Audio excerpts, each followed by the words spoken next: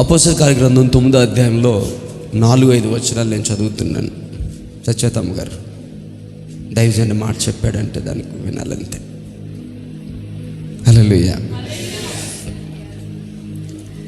అక్కడ ఏమని రాసిందంటే, అప్పుడు అతడు నేలన పడి, సౌలా సౌలా నీవేళ నన్ను హింసించుచున్నావని అతనితో ఒక స్వరము పలుకగా వినెను. ప్రభువా నీవెవడివి అని అతడిని అడుగగా ఆయన, నేను నీవు హింసించుచున్న యేసుని అని ఆయన చెప్పాడు.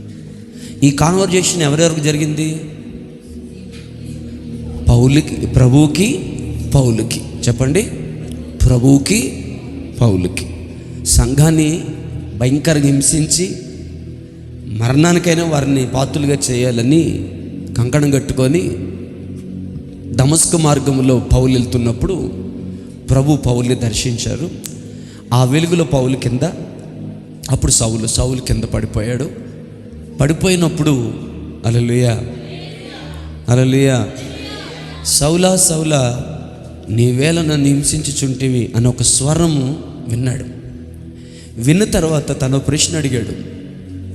వినాలి. విన్న తర్వాత తను ప్రశ్న అడిగాడు, ప్రభువా నీవు ఎవడివి? హూ ఆర్ యూ అని. ఇది మనసులో పెట్టుకోండి. 2వ లేఖనాన్ని నేను చదువుతాను, తీయొద్దు, నేను చదువుతున్నాను, వినండి. 2వ లేఖనం 1 కొరింథీయులకు రాసిన పత్రిక 11వ అధ్యాయం 1వ వచనం ఉంది. నేను క్రీస్తుని పోలి నడుచుకున్న ప్రకారము మీరు నన్ను పోలి నడుచుకునుడి. హల్లెలూయా. ఇప్పుడు 3వ లేఖనం చదువుతున్నాను. దాస్ గారు 3వ లేఖనం చదువుతున్నాను. ఓ అవివేకులైన గలతీలారా, మిమ్మును ఎవడు భ్రమ పెట్టాను? సిలువ రే సరికూర్చో. ఏమైంది కాలు? వాక్యం సరిగినైతే సిలువ వేయబడిన వాడైనట్టుగా యేసుక్రీస్తు మీ కన్నుల ఎదుట ప్రదర్శింపబడెను కదా. హల్లెలూయా హల్లెలూయా. మరొక చోట అంటాడు కదా, ఇకను జీవించుచున్నది నేను కాదు, క్రీస్తే నా యందు జీవించుచున్నాడు. హల్లెలూయా హల్లెలూయా ఆమేన్.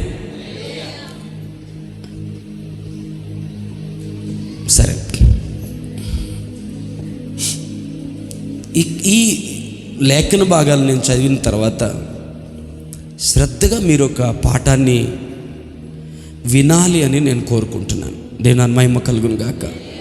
దయచేసి వాక్యానికి పరిపూర్ణమైనటువంటి శ్రద్ధ నిలపాలని నేను మీకు బ్రతిమలాడుతూ ఉన్నాను. ఆమేన్ హల్లెలూయా. మరొకసారి చెప్తాం.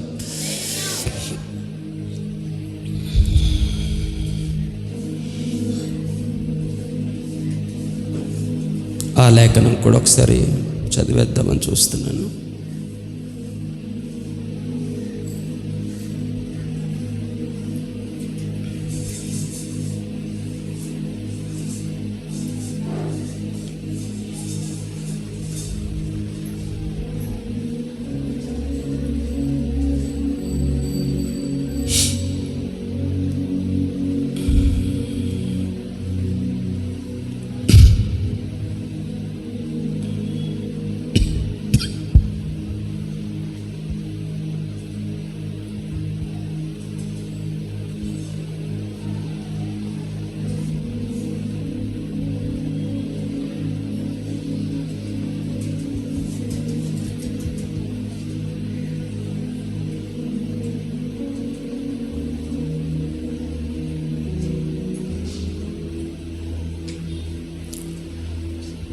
సరే, నేను అనుకున్న లేఖనం వేరేది.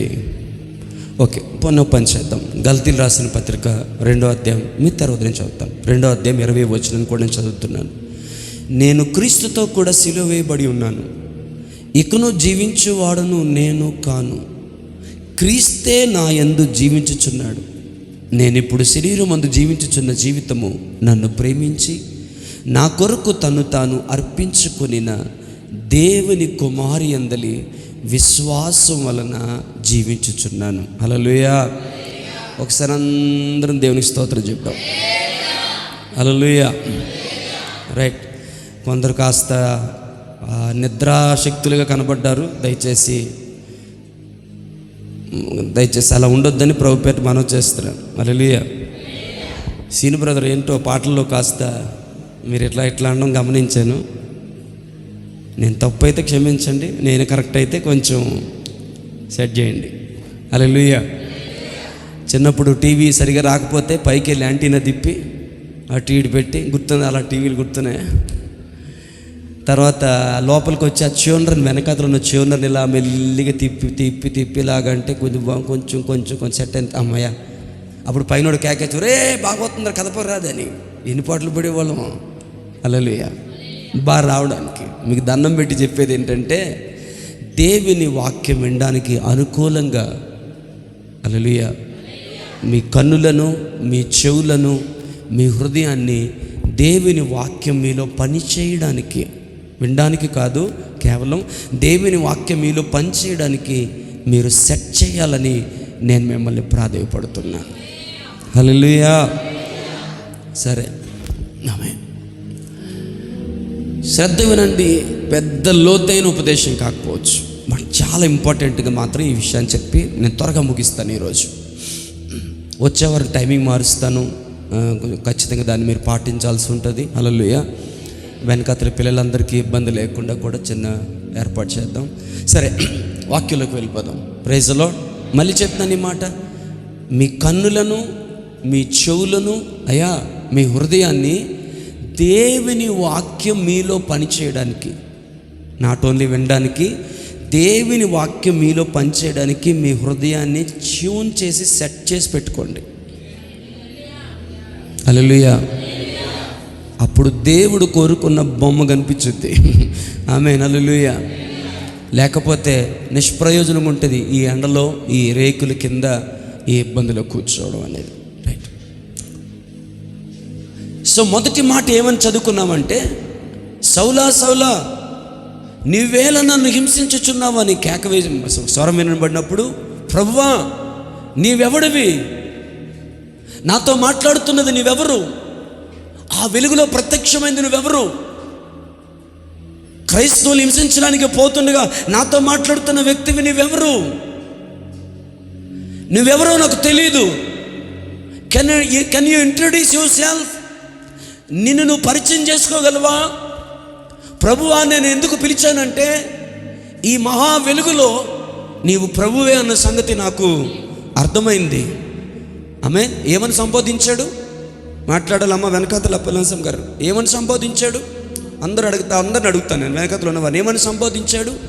ప్రభువా అని సంబోధిస్తూనే ప్రశ్న, ఇంకో పక్కన ప్రశ్న వేస్తున్నాడు, నీవెవరివి. నేనంటాను చాలామంది విశ్వాసులు ఈ స్టేజ్లో ఆగిపోయారు. They have been calling him as a lord. ప్రభువా అని పిలుస్తున్నారు సార్. అందరూ పిలుస్తున్నాం, ప్రార్థనలో పిలుస్తున్నాం, పాటలో పిలుస్తున్నాం, ఆవులు ఎంత వచ్చినప్పుడు, తుమ్ము వచ్చినప్పుడు అనేసి ఇక్కడ మొత్తాన్ని పిలుస్తాను ఉన్నాం ప్రభు అని.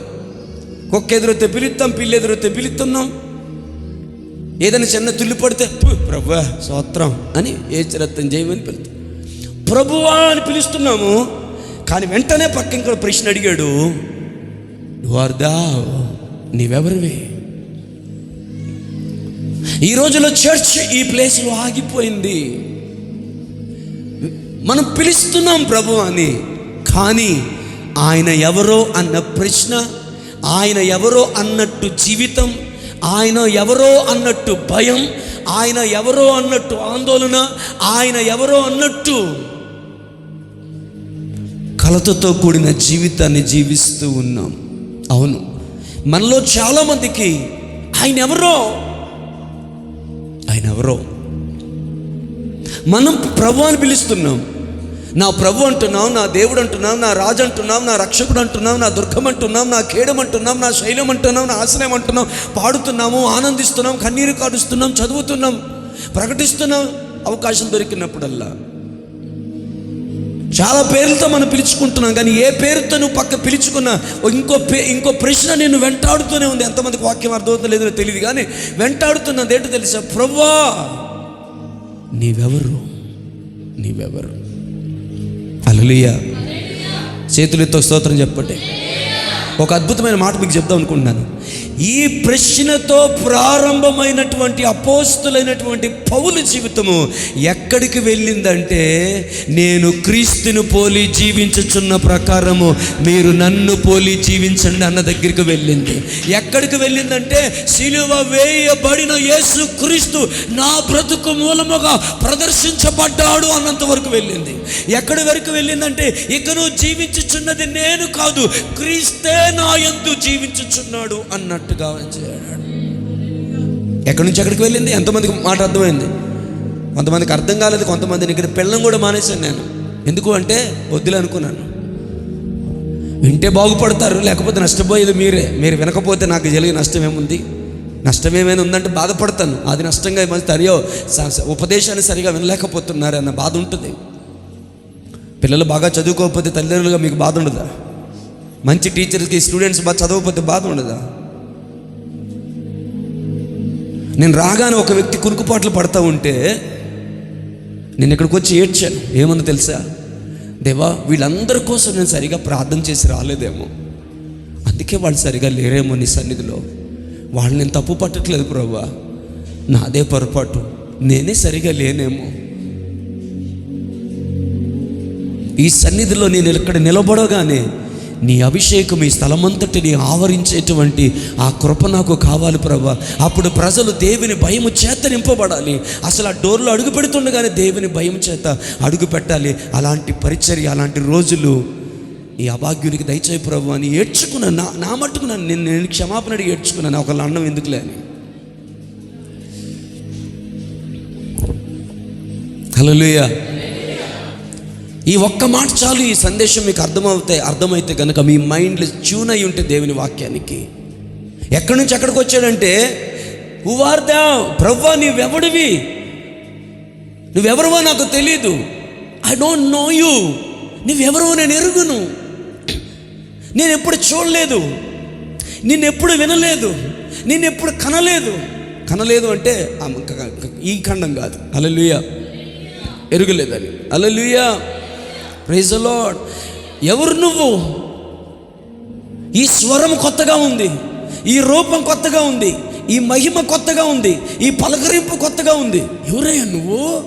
ప్రభువా నీవెవరివి అని ఆయనను ఎరుగని, ఆయన తెలియని, ఆయన అర్థము కాని, ఆయన ఎవరో అనుకున్నటువంటి ఆ స్థితిలో నుండి, ఇంకా చెప్పాలంటే తనతో మాట్లాడుతున్న వారిని దూషించి అపహసించి ఆయన నమ్మిన వారిని చంపడానికి చేత పట్టుకొని వెళుతున్నటువంటి వ్యక్తి ఈ యొక్క సౌలు. కానీ ఆ స్వరం మాట్లాడగలగా, సౌల నీవేళ నన్ను హింసించుతున్నావన్న ఆ స్వరం విన్నప్పుడు, ప్రభువా నీవెవడు, ఈ ఒక్కటి మీకు అర్థమైతే మెసేజ్ అర్థమవుతుంది. నీవెవరివి అన్న ప్రశ్నలో ఉంచి ఇప్పుడు ఏ ప్రగతి పథంలోనికి వచ్చాడంటే, ఏ అభివృద్ధిలోనికి వచ్చాడంటే, ఏ ఎదుగుదలలోనికి వచ్చాడంటే, ఇంకొక మాట చెప్తాను ఈరోజు, చాలా ప్రాముఖ్యమైన మాట ఇదే మెసేజ్కి. హల్లెలూయా. ఇప్పుడు ఈ వ్యక్తికి ప్రభు ఎంత అర్థమయ్యాడు అంటే, ఓ ప్రశ్న అడగాలనుకుంటున్నాను మిమ్మల్ని చెప్పాక. ప్రభు ఎంత అర్థమయ్యాడు అంటే, సిలువ వేయబడిన యేసు క్రీస్తుని నా బ్రతుకు ద్వారా ప్రదర్శించాను అన్నంతగా. ఎంత అర్థమయ్యాడు అంటే, ఇక నువ్వు జీవించుచున్నది నేను కాదు, క్రీస్తే నా యందు జీవించుచున్నాడు అన్నంతగా. ఎంతవరకు ఆయన అర్థమయ్యాడు అంటే, ఎంతవరకు ప్రభు ఆయనలో కలిసి లీనమైపోయినాడంటే, హల్లెలూయా, మంచిగా చేద్దాం, హల్లెలూయా. నేను క్రీస్తుని పోలి జీవించుచున్న ప్రకారము, నడుచుకున్న ప్రకారము మీరు నన్ను పోలి నడుచుకోండి అని చెప్పగలిగినంతగా. ఎంతవరకు అర్థమైంది సత్యతమ్మ గారు? అర్థమైందా? మీరు ఇక్కడ లేనట్టుంది, ఉన్నారా? హల్లెలూయా. ఎక్కడి నుంచి? నీవెవరివి అన్న అడిగిన స్థితిలో నుంచి ఆయనే నేను అన్న స్థితిలోకి వచ్చేసాడు. నేను మన మహిమ కలుగును గాక. ఆమేన్, హల్లెలూయా. మీలో చాలామంది నీవెవరు ప్రభు అని అడిగి లేరేమో, అడగలేదేమో, మీరు ఎప్పుడు అడగలేదేమో. కానీ నేను చెప్తాను, మన సమస్యలలో, మన ప్రతికూలతల్లో, మన భయాలు, మన కలవరాలు, మన ఆవేదనలు, నిరీక్షణ లేక సొమ్మసిల్లిపోతున్నటువంటి మన ప్రాణము చాలాసార్లు మీకు అర్థమవుతలేదు కానీ ఈ మాట చాలాసార్లు ప్రభువా నీవెవడివి అన్న ప్రశ్నతోనే ఉండిపోతుంది. అర్థం అవ్వలేదు అనుకుంటాను. హల్లెలూయా. హల్లెలూయా. అంటే ఆ ప్రతికూలతలో మనం కృంగిపోవడము ప్రభు ఎవరో పూర్తిగా అర్థము కానట్టే, తెలియనట్టే మన బ్రతుకులు ఉండిపోతున్నాయి. అందుకే మీకు అర్థమయ్యేలా చెప్తారు ఈ మాట వినండి. అందుకే కొందరు విశ్వాస భ్రష్టులు అయిపోతున్నారు, కొందరు దేవుని విడిచిపెట్టి వెళ్ళిపోతున్నారు, కొందరు దేవుడిని దూషిస్తున్నారు. చిన్న కష్టం రాగానే లేయం గారు స్టార్ట్ చేస్తారా? చిన్న కష్టం రాగానే హల్లెలూయా మొదటగా నోట్లోంచి వచ్చే మాట ఎవరి గురించో చెప్పనా నేను? మొదటగా నోట్లోంచి వచ్చే మాట ఎవరి గురించో చెప్పనా నేను? దేవుడి గురించి బ్రదర్. ఎస్ బ్రదర్, దేవుడు ఎంత అన్యాయం చేస్తాడు బాబు. పాస్టర్ గారికి నేను పలకరించడానికి వెళ్తే, బాబు దేవుడు నాకు అన్యాయం చేస్తాడు చూసావా? ఏడన చూస్తాం మీకు ఆ మాటలు. కృంగిపోతున్నావు, భయపడుతున్నావు, వేసారిపోతున్నావు, అనరాని మాటలు అంటున్నావు, వెక్కసమైపోతున్నావు, మందిరానికి దూరం అవుతున్నావు, సమాజానికి దూరం అవుతున్నావు, దేవునికి దూరం అవుతున్నావు, అలుగుతున్నావు, గొణుగుతున్నావు, సొనుగుతున్నావు, తొందరపడుతున్నావు. కారణం ఏంటో చెప్పనా? దేవుడు నీకు అర్థం కాలా. దేవుడు నీకు అర్థం కాలేదు. దేవుడు అర్థమైతే దేవుని క్రియలు నీకు అర్థమవుతాయి. దేవుడు అర్థమైతే దేవుని కార్యాలు అర్థమవుతాయి. దేవుడు అర్థమైతే ఆయన చేసే ఆలస్యం నీకు అర్థమవుతుంది. దేవుడు అర్థమైతే ఆయన నీ జీవితంలో కనుమతింపు చేసే కొన్ని పరిస్థితులు అర్థమవుతాయి. ఆయన అర్థమైతే ఆయన మార్గం నీకు అర్థమవుతుంది, ఆయన మనసు నీకు అర్థమవుతుంది, ఆయన పద్ధతి నీకు అర్థమవుతుంది, ఆయన విధానం నీకు అర్థమవుతుంది. సింపుల్ మెసేజ్ ఈరోజు. ఒక ప్రశ్న అడగనా అయ్యా? ఒక ప్రశ్న అడగనా? దేవుడు నీకు అర్థమయ్యాడా?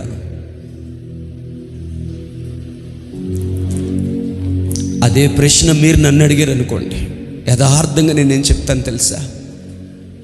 కొంచెం అక్కడ కొంచెం ఇక్కడ అర్థమయ్యాడు నాకు. ఆయన పూర్తిగా నాకు అర్థం అవ్వాలని నేను కోరుకుంటాను, అడుగుతాను. అదేంది పాస్టర్ గారు అన్ని సభలు పోయి మీటింగ్లు వాక్య పరిచయం చేస్తూ ఉండవు నువ్వు? దేవుడు నీకు అర్థం కాలేదా?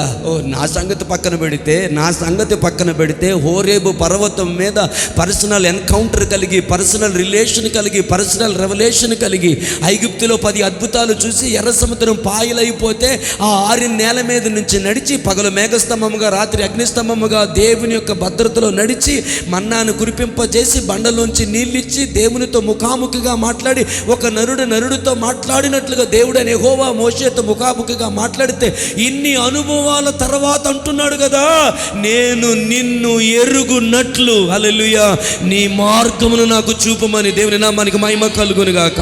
హల్లెలూయా. ఇన్ని అనుభవాలు దాటొచ్చిన తర్వాత, ఇన్ని అద్భుతాలు దాటొచ్చిన తర్వాత, ఇంతగా దేవుని బాహుబలమును చూసిన తర్వాత, ఇశ్రాయేలు ప్రజల లక్షల మందిలో ఏ ఒక్కరికి కలగని భాగ్యము మోషేకి కలగలేదా?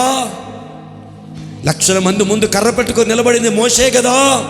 సముద్రాన్ని చీల్చింది దేవుని పేరట మోషే నిలబడగా, మోషేని బట్టే కదా సముద్రం చీల్చబడింది. ఆ 6 నేల మీద మొట్టమొదటి అడుగు పెట్టింది మోషే కదా. బండను కొట్టింది మోషే కదా. మన్నాను కురిపింపజేసింది మోషే. అంటే దేవుడు కురిపించాడు, కానీ ఆ పక్షాన నిలబడింది మోషే కదా. సీనాయి పర్వతం మీదకి పోయినప్పుడు 6 దినాలు మేఘము మీద ఉండి 7వ దినము నుంచి దేవునితో మాట్లాడుతున్నప్పుడు దేవుని మహిమను తీసుకొని రాలేదా? 10 ఆజ్ఞల పలకలు తీసుకొని రాలేదా? ఇశ్రాయేలు ప్రజలు పాపము చేశారని దేవుని యొక్క ఉగ్రత వారి మీదకి రాకముందే ఆ పాళెమ మధ్యలో నుంచి పాళెం వెలుపలకు దేవుని మందిరాన్ని తీసుకుని వెళ్ళి ఆ ప్రత్యక్ష గుడారంలోనికి మోషే వెళ్ళిపోయినప్పుడు ఒక నరుడితో మాట్లాడినట్లు దేవుడు మోషేతో మాట్లాడలేదా? ఎన్ని అద్భుతాలు, ఎన్ని అనుభవాలు, ఎన్ని సాక్ష్యాలు, అడుగడుగున అద్భుతాలు నడుమ నడిచినటువంటి మోషే అంటున్నాడు, నేను నిన్ను ఎరుగునట్లు. అండర్లైన్, నోట్ దిస్ పాయింట్ ఎవరు అన్నారు? నోట్ దిస్ పాయింట్ ఎవరు అన్నారు? నోట్ దిస్ పాయింట్ ఎవరు అన్నారు? Brother note this point. నేను నిన్ను ఎరుగునట్లు. బ్రదర్ నేను నిన్ను ఎరుగునట్లు. దేవా నేను నిన్ను ఎరుగునట్లు. మనకున్న అనుభవాలు చిన్నవి, మనకున్న సాక్ష్యాలు చిన్నవి, కానీ మోషే సాక్ష్యాలు ఎంత ఉన్నతమైనవి. హోరేబు పర్వతం మీద ఆ అగ్ని పొదలలోంచి, అగ్ని మండుచుంది కానీ అది కాలిపోవటం లేదు, అందులోంచి దేవుని స్వరమును వినలేదా? ఐగుప్తులు ఆరాధిస్తున్న 10 దేవతలను బట్టి 10 అద్భుతాలు చేసి వారి దేవతలు వట్టి వారిని నిరూపించి, తాను ఆరాధిస్తున్న సైన్యములకు అధిపతి యెహోవా, సర్వలోకానికి ఆయన ప్రభు అని, రాజని, దేవుడని హల్లెలూయా క్రియల ద్వారా ప్రకటించలేదా? ఎర్ర సముద్రం పాయలు చేయలేదా? పగల మేఘస్తంభం రాత్రి అగ్నిస్తంభం కింద నడవలేదా? ఎన్ని అద్భుతాలండి. ఇప్పుడు మనం చెప్పిందే మళ్ళీ చెప్తే కష్టం కదా. ఆమె అరే మోషేకి దేవునికి ఉన్నటువంటి సాన్నిహిత్యం ఎంత గొప్పది అంటే, మోషే అడగడం, దేవుడు సమాధానం చెప్పాడు. మోషే అడగడం, దేవుడు ఆన్సర్ చేశాడు. అది ఏదో ఫోన్లో మాట్లాడుకున్నాం. ఓహో ఎర్ర సముద్రం వచ్చింది, మీరు నేను ఒక్కసారి ఫోన్ చేస్తాను. హల్లెలూయా. ప్రభా ప్రైజ్ లార్డ్ ప్రభా. ఏ లేదు, ఎర్ర సముద్రం ఎదురుగా ఉంది, వీళ్ళందరూ కేకలేస్తున్నారు, ఏం చేయమంటావు? కరచాపమంటావా? సరే ఉంటాను ప్రభా, ప్రైజ్ లార్డ్, మళ్ళీ ఫోన్ చేస్తాలే అంటే మీకు అర్థం కోసం చెప్తున్నాను. కరచాపేశాడు, సముద్రం పాయలైపోయింది, అవతల ఒట్టుకి వెళ్ళిపోయారు. వీళ్ళు వచ్చేస్తున్నారు, వీళ్ళు మళ్ళీ కేకలేస్తున్నారు, రా ఆగండ్రా ప్రభువా. అదే దారిలో వీళ్ళు వచ్చేస్తున్నారు. సంగతి ఏంటి? ఏం లేదు, ఫస్ట్ వాళ్ళు నోరు మూసుకోమని చెప్పు. ఎవరి మీద మీరు నోరు మీద లైన్లో ఉండు ప్రభు, నువ్వు నోరు మీద. అరే మీకు నేను వెక్కిరించట్లేదు, నేను బయట నవ్వుతున్నాను, కానీ లోపల దేవునికి మోషేకు ఉన్నటువంటి ఆ ఇంటిమసీ ఏంటంటే తెలుసా, దేవా మాట్లాడని దేవుని దగ్గర కేకలేసి ఉపవాసం బాపతి కాదండి. అనుక్షణము దేవుడు మాట్లాడాడు, అడుగడుగున దేవుడు మాట్లాడాడు, అద్భుతాల ద్వారా దేవుడు మాట్లాడాడు. ఇక మోషేతో దేవుడు ఉండిపోయాడు అన్నట్టుగా, అన్ని పనులు ఆపేసుకొని మోషేతో దేవుడు ఉండిపోయాడు అన్నట్టుగా మాట్లాడాడు. ఇన్ని అనుభవాలు కలిగినటువంటి మోషే దేవుడు ఏమంటున్నాడు తెలుసా? మోషే దేవునితో ఏమంటున్నాడు తెలుసా? నిర్గమకాండం 33వ అధ్యాయంలో, నేను నిన్ను ఎరుగున్నట్లు, దేవా నువ్వు నాకు అర్థమవునట్లు, నీ మార్గం నాకు అర్థమవునట్లు, నీ క్రియలు నాకు అర్థమవునట్లు, నిన్ను నేను ఎరుగున్నట్లు, నిన్ను పూర్తిగా నేను అర్థము చేసుకున్నట్లు, అవగాహన చేసుకున్నట్లు నీ మార్గమును నాకు చూపు. అట్టి గొప్ప దైవజనుడే, అలాంటి అనుభవాలు కలిగిన వాడే. దేవా నువ్వు నాకు ఇంకా అర్థం కాలేదు, ఇంకా నాకు అర్థం అవ్వాలి, నేను ఇంకా నేను తెలుసుకోవాలి అని అంటే, ఇక్కడ నిలబడిపోయిన ఈ బతుకు ఏ పాటిదండి? ఏ పాటిది?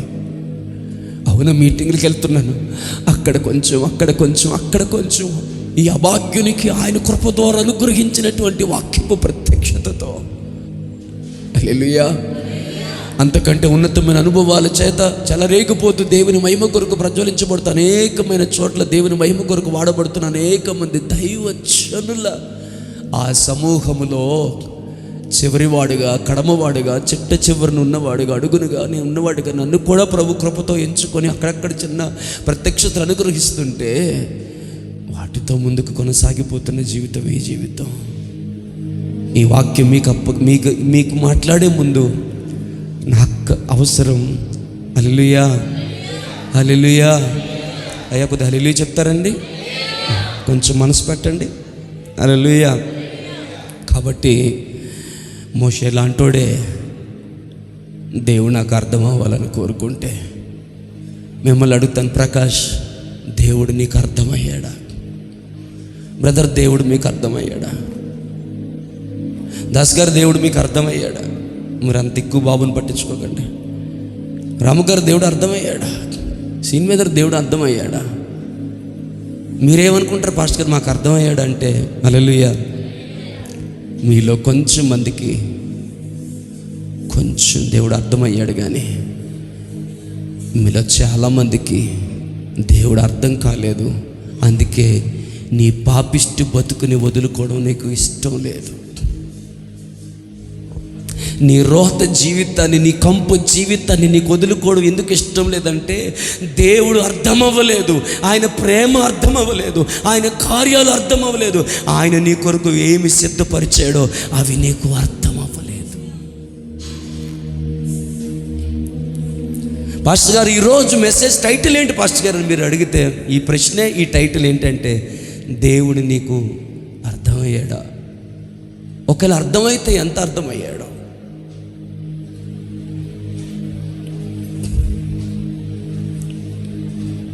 హల్లెలూయా, హల్లెలూయా. ఎంత అర్థమయ్యాడు?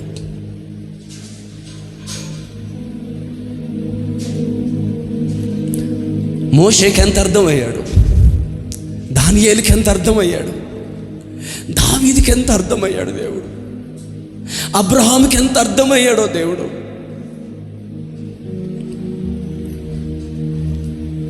ఇర్మియాకి ఎంత అర్థమయ్యాడో దేవుడు? ప్రభువా నీవెవడివి అని అడిగిన ప్రశ్న కాడ నుంచి, నేనే యేసుక్రీస్తుని, ఆయన నేను ఒకటై ఉన్నాం, ఇక నువ్వు జీవించుచున్నది నేను కాదు, యేసు క్రీస్తే నా యందు జీవించుచున్నాడని చెప్పగలిగే ఆ స్థాయి నీకు అర్థమవుతుందా? ఆ మాట అర్థమవుతుంది, అట్లీస్ట్ ఆ డైలాగ్ అర్థమవుతుందా? సార్ ఆ అనుభవం అర్థం అవడం పక్కన పెట్టండి, కనీసం ఆ మాట అర్థమవుతుందా? నీవెవడమని అడిగిన స్థాయి నుంచి ఆయనే నేను ఆయన ఏకమై ఉన్నామని చెప్పుకునే స్థాయిలోనికి వచ్చేసాడు. ఎంత అర్థమయ్యాడో దేవుడు. మీకు తెలుసా మాట చెప్పనా? కొత్త నిబంధనలో 4 సువార్తలు పక్కన పెడితే కనుక హల్లెలూయా, మిగతా ఆల్మోస్ట్ కొత్త నిబంధన అంతా కూడా రాసింది ఎవరంటే పౌలు. ఓ స్తోత్రం పడి నమ్మకాన అలా మౌనంగా అలా ఉండకుండా, దేనికి స్పందించకుండా, అవును సార్ అని ఒక చెయ్యతో అవునో ప్రైజ్లో కనీసం బాడీలో కొంచెం చేతుల్లో కదలికుంటే బాగుంటుంది. హల్లెలూయా. ఎన్ని పత్రికలన్నీ రాసుకుంటూ వచ్చాడో. అబ్బా, రోమా పత్రికలో ఎంత అద్భుతమైన డాక్ట్రిన్ ఉంటుంది. రోమా పత్రిక, ఎఫెసీ పత్రిక, ఫిలిప్పీ పత్రిక, ఫిలోమన్, ఏ పత్రిక చూడండి. అబ్బా, హెబ్రీలు రాసిన పత్రిక. ఆమేన్, హల్లెలూయా. అబ్బా అంటారు ఏంటి పాస్టర్ గారు, కొంత మట్టుకు నేను ఆ పత్రికల గురించి ఎరుగుదని గనక. ఆమేన్, హల్లెలూయా. ఆమేన్, హల్లెలూయా. మన ప్రధాన యాజకుడైన యేసు భూమి మీద ఉన్న ప్రధాన యాజకుల కంటే, దేవతల కంటే, ప్రత్యక్ష గుడారము కంటే, మందసము కంటే ఎంత అధికుడో మాట్లాడినటువంటి ఉన్నతమైనటువంటి ఆ ప్రజ్ఞ, ఆ అనుభవం, ఆ ప్రత్యక్షత. ఆమేన్, హల్లెలూయా. గట్టిగా చేద్దాం, హల్లెలూయా, హల్లెలూయా. నేను అంటాను ఒక మాట, కొత్త నిబంధనలో పౌలుకి అర్థమైనంత యేసయ్య నెక్స్ట్ డేలోకి ఏం చెప్తారు, ఇంకెవరికి అర్థం కాలేదు. అవునా కదా? హల్లెలూయా, హల్లెలూయా. పౌలుకున్న కృప అందరికీ ఉంది, పౌలుకున్న అభిషేకం అందరికీ ఉంది, పౌలుకున్న ఆత్మ అందరికీ ఉంది, పౌలుకున్నటువంటి ఆ యొక్క కృపావరాలు మిగతా కలిగిన వారు చాలామంది ఉన్నారు. కానీ పౌలు మాట్లాడుతున్న ప్రత్యక్షత, హల్లెలూయా, ఆమేన్. పౌల్ తర్వాత, అంటే నేను డిగ్రీస్ ఇవ్వట్లేదండి, స్టేజ్లు ఇవ్వట్లేదు. పౌల్ తర్వాత యేసు బాగా అర్థమైన వ్యక్తి ఎవరన్నా కనబడతారంటే నా పేరు కలిగిన ఆయనే, లేకపోతే ఆయన పేరే నేను పెట్టుకున్నాను, లేదు నా పేరేంటి బాగోదు, ఆయనే యోహాను. దేని మహిమ కలుగును గాక. అసలు తన పరిచయాన్ని ఎలా మొదలు పెట్టాడంటే, ఆది యందు వాక్యం ఉండెను, వాక్యము దేవుని యొద్ద ఉండెను, వాక్యము దేవుడై ఉండెను, ఆ వాక్యమే. మరి నీకు ఎట్లా కలిగింది ఈ ప్రత్యక్షత? ఆది యందు వాక్యం ఉండెను, ఆ వాక్యము దేవుడై ఉండెను, అవును ఆ వాక్యం దేవుని యొద్ద ఉండెను, ఆ వాక్యమే శరీరం ధరించుకుందా, ఆ వాక్యం లేకుండా ఏది కలగలేదు, అవునురా బాబు ఆయన. నీకెట్లా తెలుసు? మిగతా వారందరికంటే నాకు ప్రభు ఎక్కువ అర్థమయ్యాడు. అది నా గొప్పతనమేమీ కాదు, నేను ఆయన రొమ్మున ఆనుకున్నాను, ఆయన తన్ను తాను నాకు ప్రత్యక్షపరుచుకున్నాడు.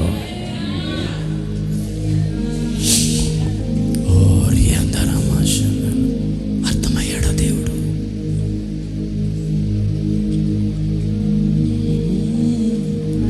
ఎరిగి ఉన్నానయ్యా నీకేది అసాధ్యము కాదని, తెలుసుకున్నానయ్యా నీవెప్పుడు మేలు చేస్తావని.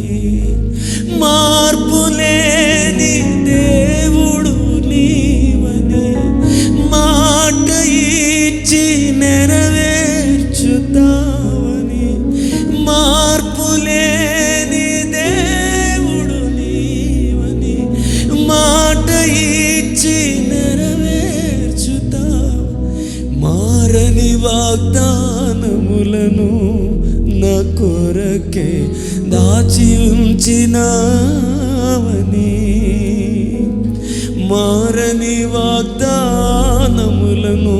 నా కొరకే దాచి ఉంచినావని. హల్లెలూయా, హల్లెలూయా, హల్లెలూయా. అరే, పాడుతున్న పాటలన్నీ ఎక్కడి నుంచి వచ్చాయి అనుకుంటారు కొంతమంది దైవజనుల జీవితంలో. కాపీ చేయలేదు వాళ్ళు. నా తల్లి గర్భమునే నన్ను కోరితివి, విశ్వాస గృహములో నన్ను చేర్చితివి. హల్లెలూయా, దేవుని మన మహిమ కలుగును గాక. మరి వాళ్ళు ఎరిగింది, వాళ్ళు అనుభవించింది, వాళ్ళు తెలియపరుస్తున్నారు. హల్లెలూయా, హల్లెలూయా, హల్లెలూయా. అయ్యా నా కోసం ఏమైనా ఇటువైపు మనసు పెట్టగలరా? మాట్లాడొచ్చా నేను? హల్లెలూయా. Praise the Lord. అబ్రహామునకు దేవుడు అర్థమయ్యాడు.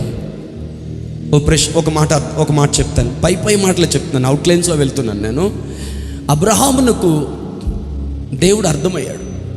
అందుకే నేను అనుకుంటాను, సొదొమ గొమొర్రా అన్ని చెరపట్టిన రాజుల్ని జయించి తిరిగి వస్తున్నప్పుడు మెల్కీసెదెకుగా నిత్య యాజకునిగా ప్రభు ప్రత్యక్షమైనప్పుడు అబ్రహాము దశమ భాగమునిచ్చాడు. సార్ ఓ ప్రైజ్లాడు చెప్తారని దశమ భాగం ఇచ్చాడు. నన్ను ప్రశ్న అడుగుతాను, దశమ భాగం ఏమో అని అబ్రహాముకు చెప్పింది ఎవరు? నాకు ఆశ్చర్యం కలిగించే విషయం చెప్పిన, అబ్రహాము దేవునికి దశమ భాగమునిస్తే అబ్రహాము ఇచ్చిన దశమ భాగపు కార్యమే ఇశ్రాయేలు ప్రజలకు నిత్య కట్టడగా మారిపోయి ప్రభు వారిని ఆశీర్వదించడానికి మూలమైపోయింది.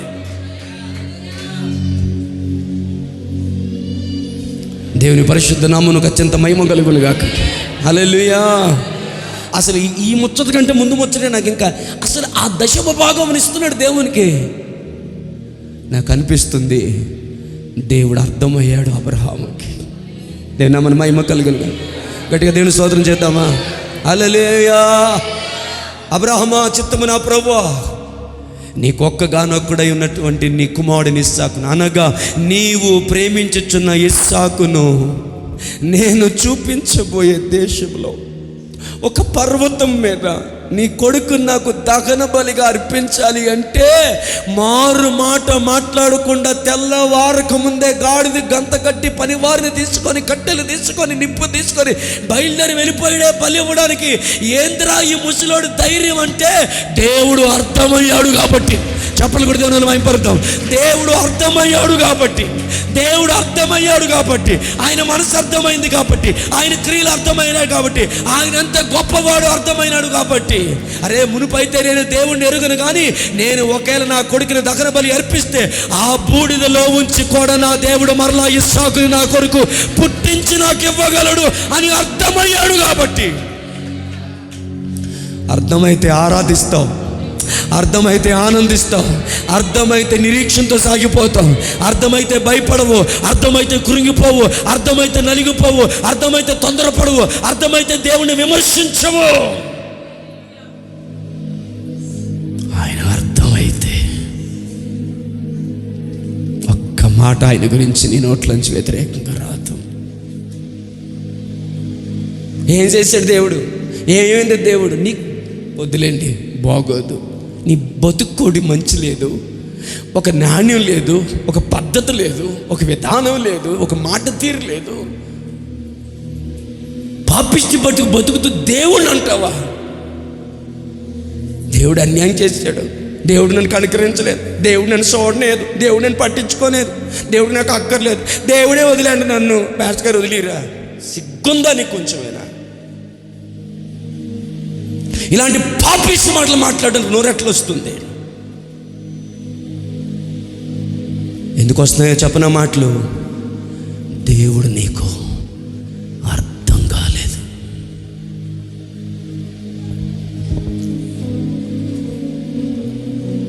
అబ్రహాముకు దేవుడు అర్థమయ్యాడు. స్తోత్రం చెప్పు. ఆమేన్. అరమరిక లేకుండా మాట్లాడుతున్నాను అనుకోండి. అబ్రహాముకు దేవుడు అర్థమయ్యాడు. హల్లెలూయా. ఏడదండి లేత ధైర్యం? కొడుకుని బలి ఇవ్వడానికి బయలుదేరుతావా? ఏ ముసిలోడా, ఏంది నీ ధైర్యము? లేక వృద్ధాప్య మందు కలుగు నువ్వు ప్రేమించొచ్చాను ఒక్క కుమారుని తీసుకొని వెళ్ళి ఆయనకి దహన బలి ఇవ్వడానికి నీ మనసు ఒప్పుకుందే. హల్లెలూయా, హల్లెలూయా, హల్లెలూయా. ఏంద్రా నీ ధైర్యం? నన్ను బలి కోరిన లేక నా కుమారుని బలి కోరిన ఆ దేవుడు నాకు అర్థమయ్యాడు. ఆయన కొరకు ఏదైనా ఇవ్వడానికి నేను సిద్ధమే. మీకు ఎలా చెప్పాలి నాకు అర్థం కావట్లేదు. ఆయన అర్థమయ్యే కొద్ది నీ ఆరాధన లెవెల్ మారిపోతుంది. ఆయన అర్థమయ్యే కొద్ది నీ అనుభవం మారిపోతుంది. ఆయన అర్థమయ్యే కొద్ది నీ జీవన శైలి మారిపోతుంది. ఆయన అర్థమయ్యే కొద్ది ఆయన పట్ల నీకు కొన్ని అవగాహన మారిపోతుంది.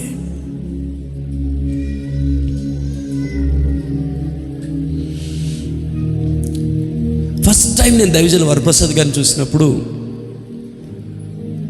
ఆయన ఒక దగ్గర కూర్చొని ఉన్నారు. ఒక చైర్లో కూర్చొని ఎదురుగా ఇంకో చైర్లో కాలు పెట్టుకున్నారు. ఆయన ఎంఏ పాలంకుల అల్లుడు గారని మాత్రం తెలుసు నాకు. ఫస్ట్ టైం ఆయన చూసినప్పుడు ప్రైజ్లాడండి అన్నాను. ఆయన నా వైపు ఇలా చూసి ఆయన మళ్ళీ తలదించుకొని రాసుకుంటున్నారు. యథార్థంగా చెప్తున్నాను. అప్పటికి నా వయసు కూడా చాలా చిన్నది. ఆయన చూసి ప్రైజ్లాడు చెప్తే చిన్న ప్రైజ్లాడు చెప్పడం రాదు, ఈయనేం పాస్ట్ కర్రా బాబు, ఈయన కొద్దిగా తేడాగా ఉన్నాడేంటినా అనుకొని నేను వెళ్ళిపోయాను. కానీ ఆయనకు అనిపించిన అనుభవం, దేవుడు ఆయనకి ఇచ్చిన ప్రత్యక్షతలో, ఆయనకు అనుగ్రహించబడిన కృప, ఆయన చూపించే ప్రేమ, ఆయన మంచితనం, దేవుడు ఆయనకి ఇచ్చిన మంచితనం మనుషులు పొగడ్డానికి పెట్టుకోలేదు, కానీ అర్థమవుతున్న కొద్ది ఆమేన్ హల్లెలూయా. ఏ సేవకునితో పెనవేసుకోలేనంతగా ఆ సేవకునితో పెనవేసుకోవడం మా జీవితంలో జరిగిపోయింది. ఎందుకంటే అర్థమయ్యారు ఆయన. ఆమేన్. ప్రవచనపూర్వకంగా మాట్లాడినా ఆశతో పలుకుతున్నాను. అబ్రహామునకు దేవుడు అర్థమైన దానికంటే అధికంగా మీకు అర్థమగుదునుగాక. ఆమెను అంటారో ఇది మరీ అత్యాశగా ఉంది సార్, మరీ అతిగా ఉంది సార్, ఇదేం డైలాగ్ సార్, అబ్రహాముకే గొప్ప అంత గొప్ప అంటారంటే అయినా నేను పలకాలనుకునే పలుకుతున్నాను, ఎంత మీ ఇష్టం. అబ్రహాముకు దేవుడు అర్థమైన దానికంటే అధికముగా దేవుడు మీకు అర్థమగును గాక. హల్లెలూయా. దావీదుకి అర్థమైన దానికంటే అధికముగా దేవుడు మీకు అర్థమగును గాక. Praise the Lord. హల్లెలూయా. ఇర్మియాకి దేవుడు అర్థమైన దానికంటే అధికముగా మీకు అర్థమగును గాక. దానియేలుకు దేవుడు అర్థమైన దానికంటే మీకు అధికముగా అర్థమగును గాక. హెజ్కేలుకి దేవుడు అర్థమైన దానికంటే మీకు అధికముగా దేవుడు అర్థమగును గాక. పౌలుకి అర్థమైన దానికంటే అధికముగా దేవుడు మీకు అర్థమగును గాక. యోహానికి అర్థమైన దానికంటే అధికముగా యేసయ్య మీకు అర్థమగును గాక. చాలా అనిపిస్తే నాకు కూడా అనిపించింది, కానీ ఆశించడంలో తప్పేమని అనిపించింది. ఎందుకంటే ఆ పోసిన పౌలు కలిగిన అభిషేకమే మనము కూడా కలిగి ఉన్నాము కాబట్టి, యోహాను కలిగి ఉన్న అభిషేకమే మనము కలిగి ఉన్నాము కాబట్టి, వారికి అర్థమైన దేవుణ్ణి మనము కూడా ఆరాధిస్తున్నాము కాబట్టి దేవుని నామానికి మహిమ కలుగును గాక. హల్లెలూయా. మరలా ప్రశ్న దగ్గరికి వచ్చాను. దేవుడు అర్థమయ్యాడా అమ్మా? దేవుడు అర్థమయ్యాడా? నేను చెప్పిన సమాధానం అర్థం అవ్వలేదు. దేవుడు అర్థం అవ్వలేదు. దేవుడు మీకు అర్థమవును గాక. దయచేసి వాక్యం వింటారా సార్? వాక్యం వినడానికే వచ్చి ఉంటే కనుక వాక్యం వినండి. ఇక లేదు తప్పదు కాబట్టి వచ్చాము, నువ్వు త్వరగా ముగిస్తే పారిపోతావు అంటే ఈరోజు నేను మీకు మాట ఇస్తున్నాను, నిర్ణయించబడిన సమయానికి ముందే మిమ్మల్ని వదిలేస్తాను. నేను ఈరోజు వెళ్ళిపోదురు, కానీ మీరు వచ్చే టైం మీరు వెళ్ళిన టైం కాల్కులేట్ చేసుకుంటే మీకే అర్థమవుతుంది ఈరోజు నేను దేవుని సందులో ఎక్కువ టైం నేను లేను అని. కానీ ప్రశ్న మిమ్మల్ని అడగనివ్వండి, మీ గుండెను తట్టి అడగనివ్వండి. నా అక్క చెల్లెల్ని, నా అన్నదమ్ముల్ని మీ గుండెను, మీ డోర్ కొట్టినట్టు మీ గుండెను నాక్ చేసి అడగనివ్వండి. దేవుడు అర్థమయ్యాడా? ఒకవేళ అర్థమైతే ఎంతవరకు అర్థమయ్యాడు? దేవుని మన మహిమ కలుగును గాక. హల్లెలూయా. హల్లెలూయా. ఆమేన్. అబ్రహాముకి దేవుడు ఎంత అర్థమయ్యాడు?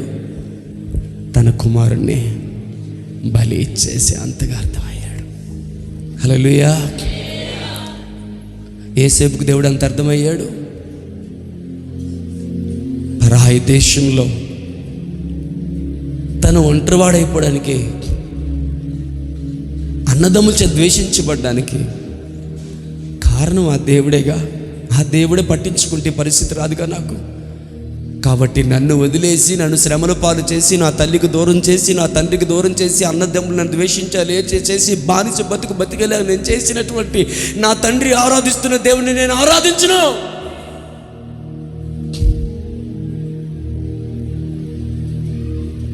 ఒక సహోదరు అంటది, మా డాడీ జీవితంలో కష్టాలు చూశాను, మా మమ్మీ జీవితంలో కష్టాలు చూశాను, వారి మిగతా ఫ్యామిలీ లైఫ్లో కష్టాలు చూశాను, కాబట్టి నాకు దేవుడు అంటే ఇష్టం లేదు. ఇంద్ర అహంకారము దేవుడిని వంటి దేవుడు అంటే నీకు ఇష్టం లేంటేంట్రా? నశించిపోతున్న కోట్లాది మందిలో ఆయన నిన్ను ఇష్టపడమే మహాభాగ్యము కదా, ఆయన నిన్ను ప్రేమించడమే మహాభాగ్యం కదా. దాని కొరకు జీవితాంతం కృతజ్ఞత కలిగి ఆయన పాదాల మీద వాడిపోయి ఆయనకి సాక్షిగా జీవించాల్సింది పోయి ఇష్టం లేదు నాకు దేవుడు అంటే రాను. నీలాంటి వాళ్ళు ఎట్ట వంచాలో ఆయనకి బాగా తెలుసు. దేవుని నామానికి మహిమ కలుగునుగా. గట్టిగా దేవునికి స్తోత్రం చెప్తాం. హల్లెలూయా. దేవుడు అర్థమైతే మనుషులు నీకు అర్థమవుతారు. దేవుడు అర్థమైతే కుటుంబం నీకు అర్థమవుతుంది. దేవుడు నీకు అర్థమైతే పరిస్థితులు నీకు అర్థమవుతాయి. దేవుడు నీకు అర్థమైతే ప్రపంచం నీకు అర్థమవుతుంది. నేను చాలా లోతుగా వాడుతున్నాను ఈ మాటలు, మీకు అర్థం కావట్లేదు నాకు తెలుసు, కానీ మరి నేనేం చేయలేను. దేవుడు మీకు అర్థమైతే ప్రపంచంలో ఏం జరుగుతుందో మీకు అర్థమవుతుంది. దేవుడు మీకు అర్థమైతే ఖగోళంలో ఏం జరుగుతుందో మీకు అర్థమవుతుంది. ఖగోళంలో జరుగుతున్న ప్రతిదీ మీకు అర్థమవుతుంది. ఎందుకంటే దేవుడు అర్థమయ్యాడు కాబట్టి, దేవుని క్రియలు అర్థమయ్యాయి కాబట్టి.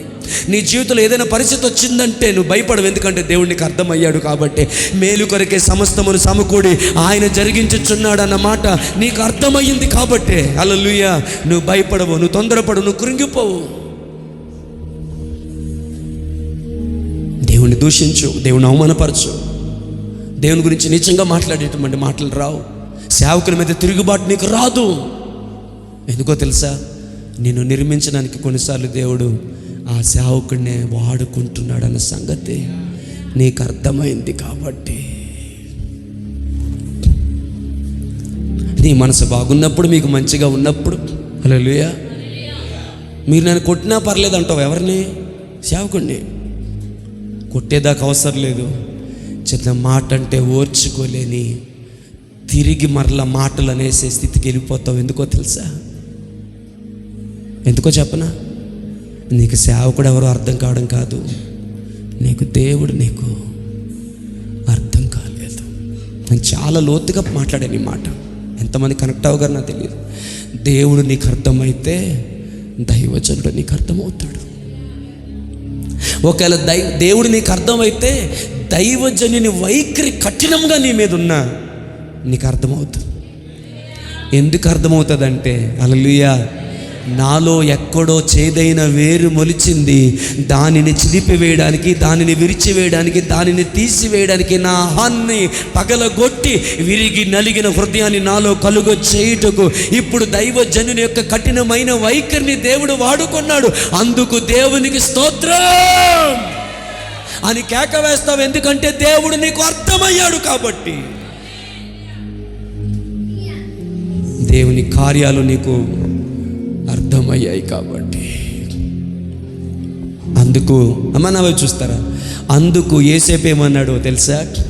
మీరు నన్ను అమ్మి వెయ్యలేదు, నేడు ఇలాగు జరుగునట్లు, నేడు మీకు ఆహారము దొరికినట్లు, మీరు కడుపులు తిని మీరు తృప్తిగా ఉండినట్లు మీకంటే ముందుగా మన దేవుడైన యెహోవా నన్ను ఈ చోటికి రప్పించాడు. గాడ్ అలోన్, దేవుడే నన్ను ఇక్కడికి రప్పించాడు కాదు, కానీ మీరు కాదు అన్నాడు యేసేపు. బ్రదర్, మీకు అర్థమైందా?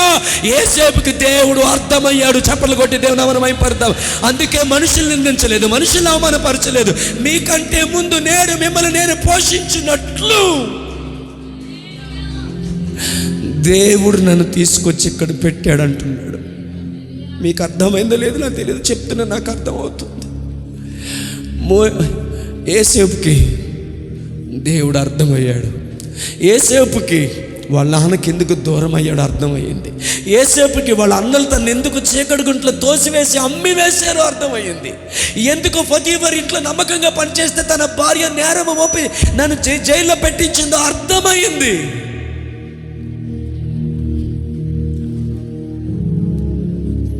హల్లెలూయా, హల్లెలూయా, ఆమేన్, హల్లెలూయా. ఆఖరణ వివరిస్తాలే కానీ ఒక మాట చెప్పనా? తాను పొందిన శ్రమలలో తనకు దేవుడేంటో అర్థమయ్యాడు. బాబోయ్, నేను చాలా ఖరీదైన మాట మాట్లాడాను, మీరు ఎంతమందికి అర్థమయ్యలేదు, నేను గొప్ప చెప్పుకోవట్లేదు, కానీ తాను పొందిన శ్రమలలో దేవుడు ఏంటో తనకి అర్థమయ్యాడు. ఈ డైలాగ్ మీకు అర్థమైతే మీ హృదయం బ్రద్దలవుతాయి.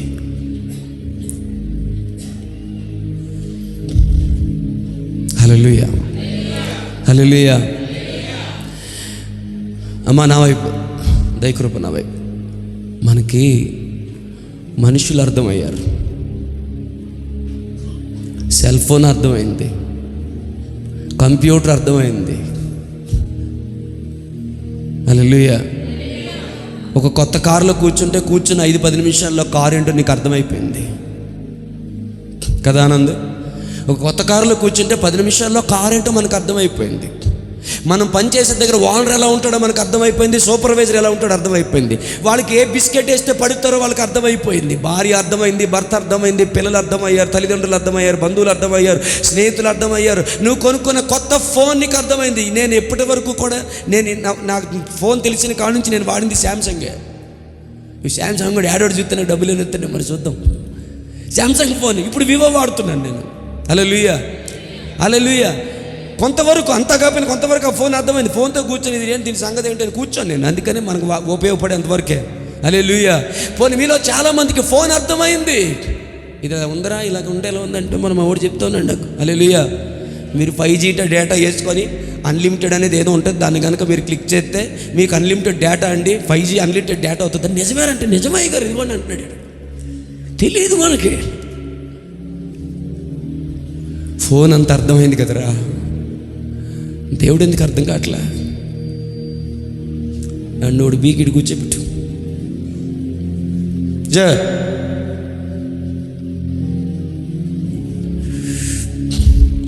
మనుషులు అర్థమయ్యారు, కంప్యూటర్ అర్థమైంది, సెల్ ఫోన్ అర్థమైంది. ఎవరు ఏం మాట్లాడుకుంటున్నారో, ఏ ఉద్దేశంతో మాట్లాడుతున్నారో, ఎవరి గురించి మాట్లాడుతున్నారో అర్థమైపోతుంది నీకు. ఎవరినో అన్నట్టు నన్ను అన్నారు, నేనంత చిన్నపిల్లను కాదు. మళ్ళీ అక్కడ అతిశయం ఉంటుంది. మళ్ళీ నాకు అర్థమైపోతుంది, ఆ డైలాగ్ నాకే. నాకు తెలియదు అనుకుంటున్నారా? డైలాగ్ నాకే. నాకు అంత పెద్ద డైలాగ్ వేసారా? వాళ్ళ బతుకులేంటో నాకు తెలియదా? నేను చిట్టా ఇప్పానంటే, నేను ఓపెన్ చేశానంటే తలెత్తుకొని రోడ్డు మీద బతుకులేరు, ఆత్మహత్య చేసుకొని సావడమే వాళ్ళ బతుకులు. వాళ్ళ బతుకులేదు పెద్ద పరిస్థితి బతుకులు. నాకు తెలిసి వాళ్ళ బతుకేంటో. వాళ్ళు నీ గురించి అన్నారో లేదో కన్ఫర్మేషన్ కూడా నీ దగ్గర లేదు. మొత్తం నువ్వు చిట్టా మొత్తం ఇప్పేస్తావు.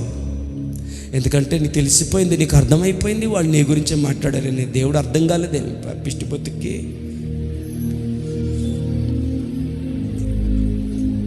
ఒక లేఖనం తీసి, ఒక మంచి లేఖనం తీసి నీ కళ్ళ ముందు పెట్టి, దీనికి ఏం అర్థమైంది చెప్పు అంటే చెప్తావా? అన్నీ అర్థమయ్యాయి కదా. నీ వీధిలో వాళ్ళు అర్థమయ్యారు, నీ ఇంట్లో వాళ్ళు అర్థమయ్యారు, నీ బంధువులు అర్థమయ్యారు, అత్తమామలు అర్థమయ్యారు, ఆడపడుచులు అర్థమయ్యారు, అందరూ అర్థమయ్యారు అంటున్నావు కదా. ఒక లేఖనం తీసుకొచ్చి నీ ముందు పెడతాను, అర్థమైందా నేను చెప్తావా? దేవుడు మనకిచ్చిన మేతస్సుని, దేవుడు మనకిచ్చిన జ్ఞానాన్ని, దేవుడు మనకిచ్చిన మెదడుని దేని కొరకు వాడామంటే చెత్త ఫీలింగ్స్ కోసం వాడాము. అదే జ్ఞానం, అదే తెలివి, అదే మేతస్సు గనక దేవుడు నీకు అర్థం అవ్వడం కొరకు నీ మెదడు ఉపయోగపడి ఉంటే, దేవుడు అర్థమైన నీ మెదడు ఎంత ధన్యమో అంటాను. ఏమన్నా ఒక అర్థమైతే స్తోత్రం చెప్పండి. దేవుడు అర్థమైన నీ మెదడు ఎంత అద్భుతమో అంటాను నేను. పౌలా, ఎక్కడి నుంచి వచ్చింది అయ్యా ఇంత ప్రత్యక్షత? ఎవరు చెప్పలేదే ఈ ప్రత్యక్షత, ఎవరు చెప్పలేదు ఈ ప్రత్యక్షత. రోమా పత్రికలు నువ్వు చెప్పే ప్రత్యక్షత, ఆత్మ నియమము శరీర నియమం గురించి నువ్వు చెప్పే ప్రత్యక్షత, హెబ్రీ రాసిన పత్రికలు నువ్వు చెప్పిన ఏ ప్రత్యక్షత, ఎక్కడి ఇవన్నీ నీకు? ఈ తెలివి ఎక్కడిది? ఈ జ్ఞానం ఎక్కడిది? ఈ ప్రత్యక్షత ఎక్కడిది? ఇంత లోతైన ఉపదేశం నీకు ఎక్కడిదయ్యా పౌలా? హల్లెలూయా. ఆయన ఎవరు అని అడిగిన స్థితిలో నుంచి ఆయనే నేను, నేనే ఆయన నన్ను అనుభవంలోనికి పరిశుద్ధాత్ముడు దేవుడు నన్ను నడిపించాడయ్యా. హల్లెలూయా, హల్లెలూయా. నీలో నేనుండుటే, నాలో నీవుండుటే నా ఆత్మీయానుభవమే, పరిశుద్ధాత్ముని అభిషేకముతోనే పరిపూర్ణత చెందేదా. అమ్మా, ఎంత మంచి మెసేజ్ కూడా నిద్రపోతే ఏంటి చండాలంగా సిరాకేస్తుంది చూడడానికి. హల్లెలూయా. నేను ప్రభువా నీవెవడివి అని అడిగిన స్థితిలో నుండి నాలో ఆయన, ఆయనలో నేను, ఆయనను పోలిన జీవితం అని నేను ఈరోజు చెప్పగలుగుతున్నానంటే పరిశుద్ధాత్మని అభిషేకముతో ఆ పరిపూర్ణతలోనికి ఆయనే నన్ను నడిపించాడు. ప్రభువు నాకు అర్థమయ్యాడు అంటున్నాడు. రాముగారు ఇక్కడే ఉన్నారా? నిద్రపోతున్నారా? కృపాశ్రమ వాళ్ళ నాన్నగారు, మీ పిల్లలు మంచి బిజీలో ఉన్నారు ఈరోజు. ఒక నొల్లిమండి ఒక మాట అన్నా, దేవుని సన్నిధులు వదిలి వ్యాపారాలకు ఎందుకు వెళ్ళిపోతామో తెలుసా? దేవుడు అర్థం అవ్వలేదు.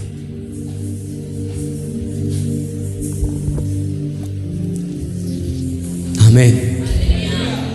మీకు అల్టిమేట్ అర్థమైందో లేదో, మళ్ళీ వెనక్కి వచ్చాను అనుకోకండి. అల్టిమేట్ మీకు అర్థమైందో లేదో కానీ ఎర్ర సముద్రం పాయలు చేసి ఇన్ని అద్భుతాలు చేసి దేవునితో ముఖాముఖిగా మాట్లాడిన అనుభవం తర్వాత నేను నిన్ను ఎరుగునట్లు, హల్లెలూయా, నేను నిన్ను తెలుసుకొనున్నట్లు నీ మార్గమును నాకు చూపుము.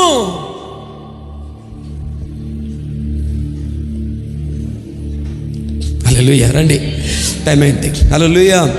మనుషులు నీకు అర్థమయ్యారు, సెల్ ఫోన్ నీకు అర్థమైంది, కంప్యూటర్ నీకు అర్థమైంది, ఎవరే ఉద్దేశంతో మాట్లాడని నీకు అర్థమయ్యాయి, రాజకీయాలు నీకు అర్థమయ్యాయి. హల్లెలూయా. మీకు తెలుసా సెన్సెక్సా ఏమంటారు సార్ దాన్ని? వార్తలు అయిపోయిన తర్వాత లాస్ట్లో వచ్చే ఆ న్యూస్, ఓకేనమ్మా వింటే వినండి, లేకపోతే లేదు, ఇక నేను చేసేది ఏం లేదులే కానీ. హల్లెలూయా. వాక్యం వినలేదన్న బాధ కంటే పాస్టర్ గారు ఇలా అడిగారన్న బాధ ఎక్కువైపోద్ది కనుక నోరు మూసుకోవడం బెటర్. దాన్ని ఏమంటారంటే ఆ వార్తల్ని సెన్సెక్సా ఏమంటారు అట్లా బ్రదర్, మీకు ఐడియా ఉందా?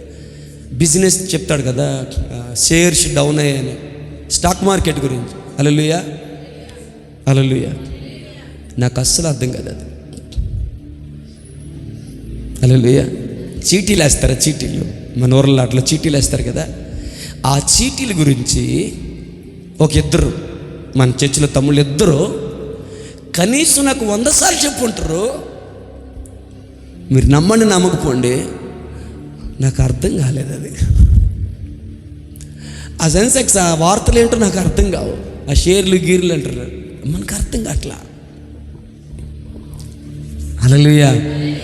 కానీ కొంతమందికి రాజకీయాలు ఎంత బాగా అర్థమైపోతాయో. హల్లెలూయా. నెక్స్ట్ ఆయనేనండి, నెక్స్ట్ ఆయన తిరుగులేదు.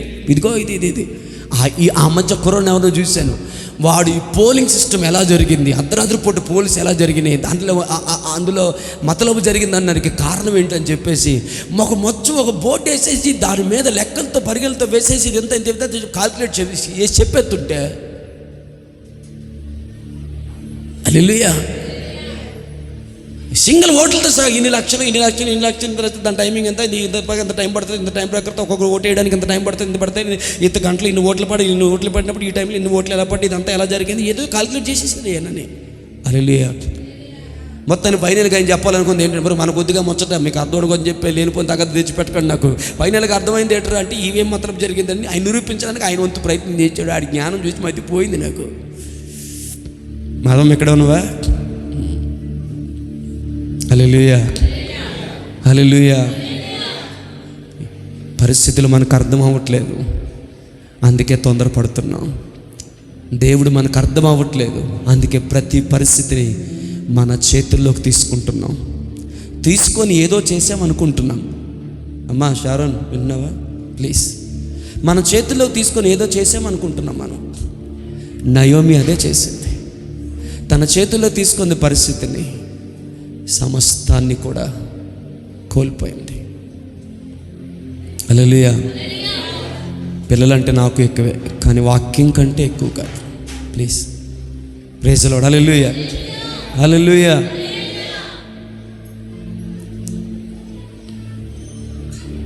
దేవుడు ఎవరో మనకు అర్థం కాక అర్థం లేని నిర్ణయాలు మనం తీసుకొని, ఇలా అన్నా నన్ను కోపం వచ్చినా పర్లేదు, మనతో పాటు మన పిల్లల జీవితాన్ని ప్రశ్నార్థకంలోనికి తోసేస్తున్నాం. ఈ మాట మీకు అర్థమైందని అనుకుంటున్నాను నేను. దేవుడు ఏంటో మనకు అర్థం కాక, దేవుని క్రియలు, దేవుని వాక్యం మనకి అర్థం కాక కొన్ని పరిస్థితులు మన చేతుల్లోకి తీసేసుకొని మనమే పాడు చేసేసుకుంటున్నాం. సరే, హల్లెలూయా. శోభ ఇక్కడే ఉన్నావా? ఫిజిక్స్ అర్థమైందా? మ్యాథ్స్ అర్థమైందా? బయాలజీ అర్థమైందా? నీ సబ్జెక్టులు అట్లీస్ట్ నీకు అర్థమయ్యాయా? అర్థమైతే కదా మంచి మార్క్స్ వస్తాయి. దేవుడు అర్థమయ్యాడా? ప్రభు అర్థమయ్యాడా? హల్లెలూయా. ప్రభు సన్నిధికి వెళ్ళిపోయినా మీ నాయనకి ప్రభు ఏంటో కొంచెం అర్థమయ్యాడు. హల్లెలూయా. అందుకే ఏమనేవాడు తెలుసా? హాస్పిటల్ దగ్గర ఉంటే భాస్కర్ మరేం భయం లేదా? భలే చేతులైన భలే అనేవారు. మరేం భయం లేదండి. ఏం లేదండి, ఉంటే ఇక్కడ ఉంటానండి, లేకపోతే ఆ బాడీ లాంగ్వేజ్ కూడా అలాగే ఉండేది. లేకపోతే ప్రభు దగ్గర ఉంటానండి, భయపడలేదండి. నేను దేనికి భయపడలేదు. నా పిల్లల్ని దేవుడు పోషిస్తాడు, నా పిల్లల్ని దేవుడు చూసుకుంటాడు. ఆయనకి దేవుడు అర్థమయ్యాడు.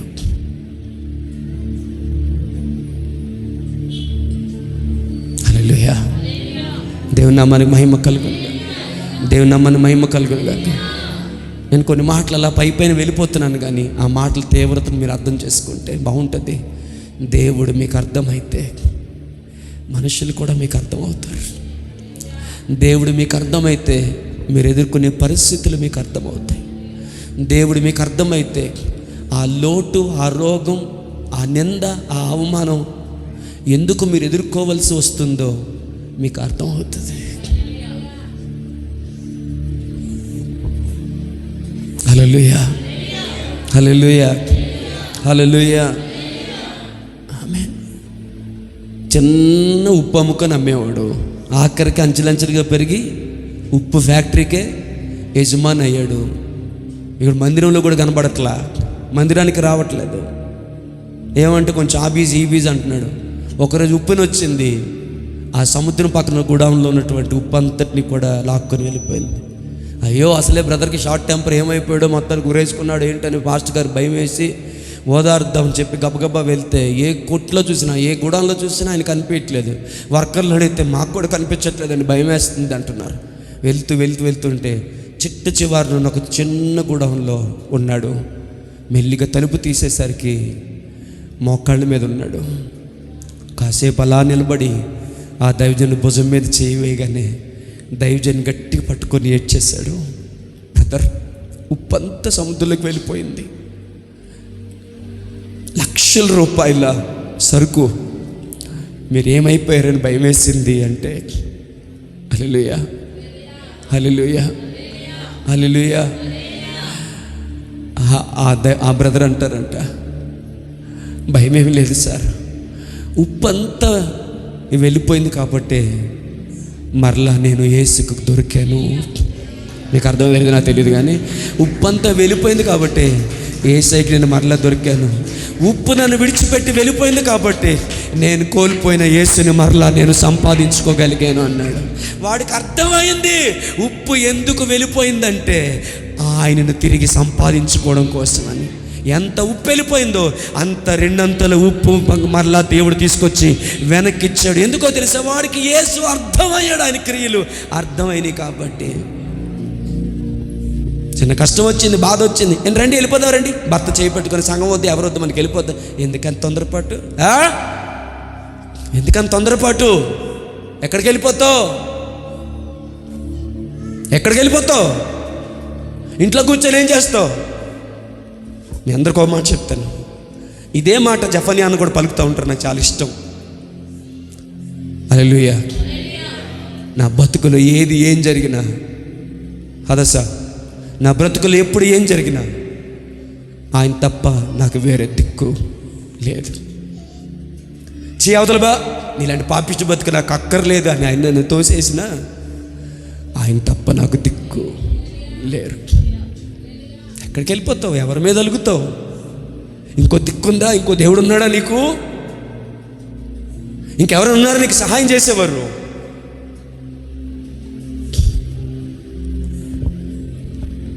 హల్లెలూయా.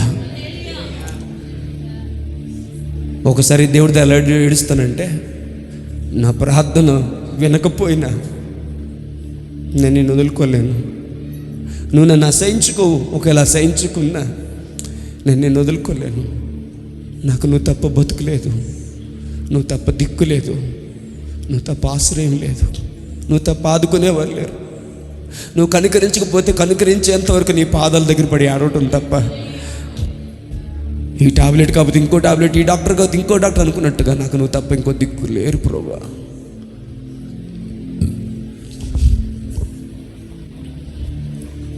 హల్లెలూయా, హల్లెలూయా. కదండి, మ్యాథ్స్ అర్థమైంది, ఫిజిక్స్ అర్థమైంది, బయాలజీ అర్థమైంది,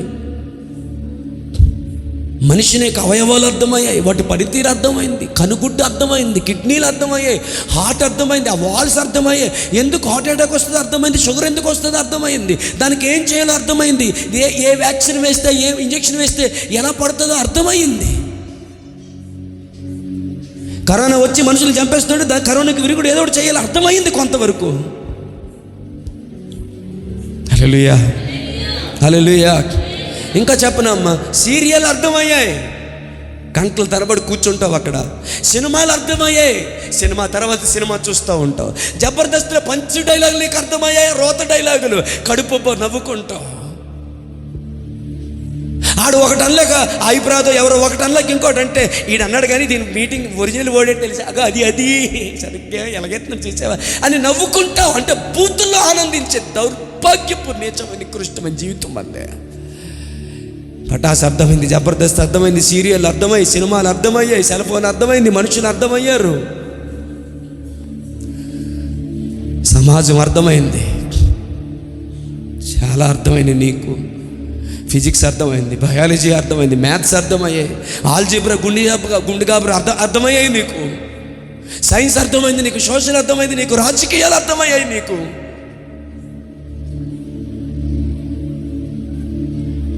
షర్మిల ఇలా అంటుందంటే దానికి కారణం ఇదండి, అంబేద్కర్ ఇలా అన్నాడు దానికి కారణం ఇదండి, చంద్రబాబు నాయుడు గారు ఇలా అంటుంటే దానికి కారణం ఇదండి. విశ్లేషణ, ఎంత విశ్లేషణ అంటే నీ విశ్లేషణ చూసి మైండ్ బ్లాక్ అయిపోయింది. అంత విశ్లేషణ, అంత జ్ఞానం, అంత అర్థమయ్యాయి రాజకీయాలు నీకు.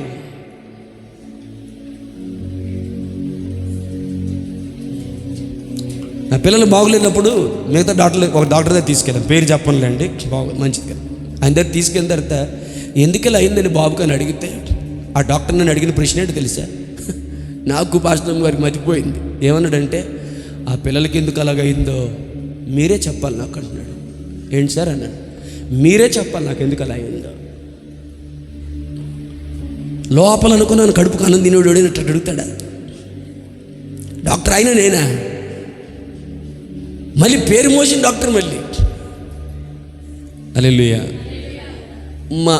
మన దగ్గర మా సాగర్ వాళ్ళ వైఫ్ మా చెల్లమ్మ ఏమందంటే, అన్నయ్య పలానా డాక్టర్ ఆదినారాయణ అని, ఆయన దగ్గరికి వెళ్తే హల్లెలూయా టెస్టులు గెస్టులు లేకుండా ఏమీ లేకుండా మనిషికి ఏమైంది చెప్పేస్తారు అని అన్నాడు. సరే పిల్లలు ఇబ్బంది పడుతున్నారు కదా, ఈ మధ్యలో ఈ ముచ్చట్లు బాగోదా అని చెప్పి గబగబా ఆయన దగ్గర తీసుకొని వెళ్ళాం. ఆయన వెళ్ళగానే నోరెలా తెరిచి లోపల లైట్ వేసి చూపించి, ఇలాగ లోపల కురుపులు వచ్చాయి కదా అని, ఆ కురుపులు కాళ్ళు చేతులకు ఎందుకు కురుపులు వచ్చాయో, ఆ వ్యాధిని ఏమంటారో, దాని మెడిసిన్ ఏంటో 5 నిమిషాలు రాసి మా చేతికి చెల్పమన్నాడు. మతిపోయింది నాకు.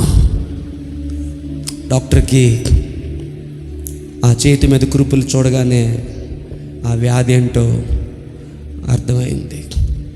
అట్లీస్ట్ ఇప్పుడు నేను చెప్తున్న గోడు మీలో ఎంతమందికి అర్థమైందో, ఈ బోధ ఎంతమందికి అర్థమైందో నాకు తెలియదు. ఆమేన్. ఆ డాక్టర్కి పిల్లల బాధ అర్థమైన దానికంటే ఎక్కువగా నీకు నీ యేసయ్య అర్థమైతే, నీ ప్రభువు నీకు అర్థమైతే, నీ దేవుడు నీకు అర్థమైతే, నీ రాజు నీకు అర్థమైతే, నీ ప్రియుడు నీకు అర్థమైతే, నీ ప్రాణహితుడు నీకు అర్థమైతే, నీ భర్త అయిన వాడు నీకు అర్థమైతే, నీ సృష్టికర్త నీకు అర్థమైతే, నిన్ను ప్రేమించిన వాడు నీకు అర్థమైతే, నీ కొరకు ప్రాణం పెట్టిన వాడు నీకు అర్థమైతే, ఆయన నీకు అర్థమైతే ఆయనకు అదే చాలనుకుంటున్నాను. ఆయనకు అదే చాలు. కొంతమంది భార్యలు అంటారు, నాకేమీ అవసరం లేదు సార్, మా భర్త నాకేమి వెండి బంగారు లేవద్దు, పట్టు చీరలు ఇవ్వద్దు, ఏమి తీసుకో, తినుమండలు స్వీట్లకు ఇవ్వద్దు. నేను అర్థం చేసుకుంటే చాలు. నేను అదే చెప్తున్నాను, ప్రభువుకి నువ్వు అర్థమైతే, లేక క్షమించాలి, నీ ప్రభువు నీకు అర్థమైతే. ఆమేన్. నీ ఊహకు మించినంతగా నీకు అర్థమయ్యే అంతగా తను తాను నీకు ప్రత్యక్షపరుచుకుంటాడు. దేవుని నామాన్ని గట్టిగా స్తోత్రం చెప్దాం. హల్లెలూయా, హల్లెలూయా. నీ ఊహకు మించినంతగా తను నీకు ప్రత్యక్షపరుచుకుంటాడు. దేవుని నామాన్ని మహిమ కలుగునుగా. అయిపోదామా?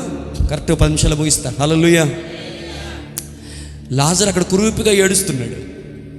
కుక్కలు నాకుతున్నాయి, ఫ్రెండ్స్ లేరు. ప్రతి పూట ఆహారం కోసం ధనవంతుని యొక్క భోజన బల్ల వైపు చూడాల్సి వచ్చింది. హే, ఒక్కసారైనా దేవుని దూషించాడా? ఒక్కసారైనా దేవుని క్వశ్చన్ చేశాడా?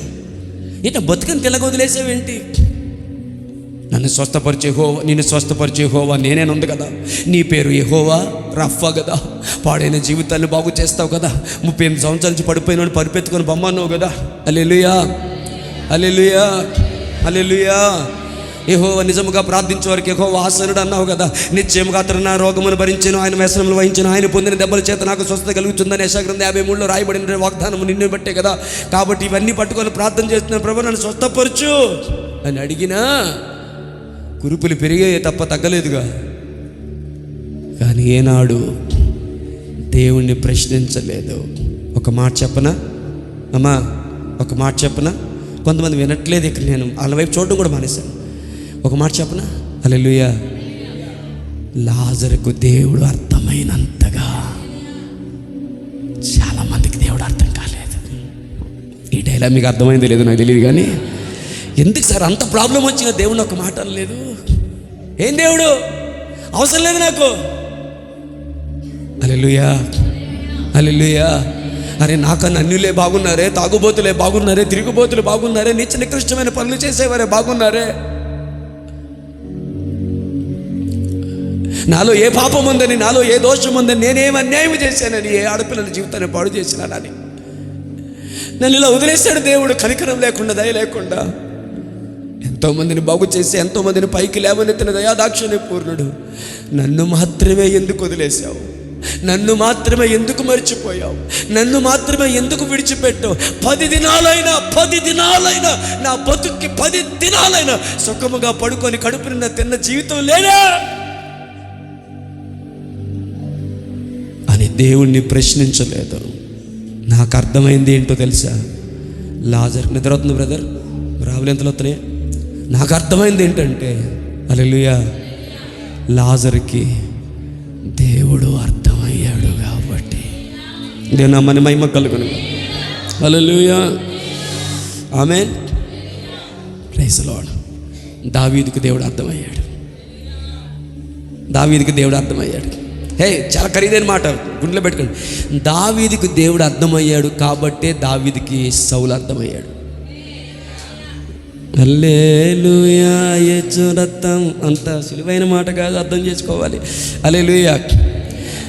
దావీదు అరణ్యాల పాలైపోయి, పిల్లలకి కుటుంబానికి దూరం అయిపోయి, తనతో ఉన్నవారు కూడా అరణ్యం పాలైపోయి, తినడానికి గతి లేక, ఏ స్థితి లేక అరణ్యం పాలైపోతే, హల్లెలూయా, తన తరుముతున్న తన శత్రువు అయిన సౌలు దావీదు చేతికి దొరికితే, ఆమేన్, అభిషేకింపబడిన వాణ్ణి నేను ముట్టను అని చెప్పినటువంటి దావీదు ఆ చిన్న వస్త్రపు ముక్కను కత్తిరించినందుకే దాని విషయంలో పశ్చాత్తాపపడి, నా తండ్రి ఎవరిని నువ్వు తరుముతున్నావు? ఈరోజు మన దేవుడైన యెహోవా నీ ప్రాణమును నా చేతికి అప్పగించినప్పటికి కూడా నీకు ఏ హానియు నేను తలపెట్టలేదు. ఎవరినయ్యా నువ్వు తరుముతున్నావు? చచ్చిన కుక్కని, మెన్నిల్లుని, నాలాంటి వాడిని తరుముటకు నేనే పాటివాడినని దేవుని చేత అభిషేకించబడిన, అబ్బా ప్లీజ్ మీకు దండం పెడతాను, దేవుని చేత అభిషేకింపబడిన సౌలుని ముట్టడానికి దావీదు ఎందుకు భయపడ్డాడు అంటే, దావీదుకి సౌలు అర్థం కావడం కాదు బ్రదర్, దావీదుకి దేవుడు అర్థమయ్యాడు కాబట్టి, దేవుడు అర్థమయ్యాడు కాబట్టి, దేవుడు అర్థమయ్యాడు కాబట్టి ఈరోజు దైవ జనుల గురించి నోటికొచ్చినట్లు మాట్లాడుతున్నావు నువ్వు.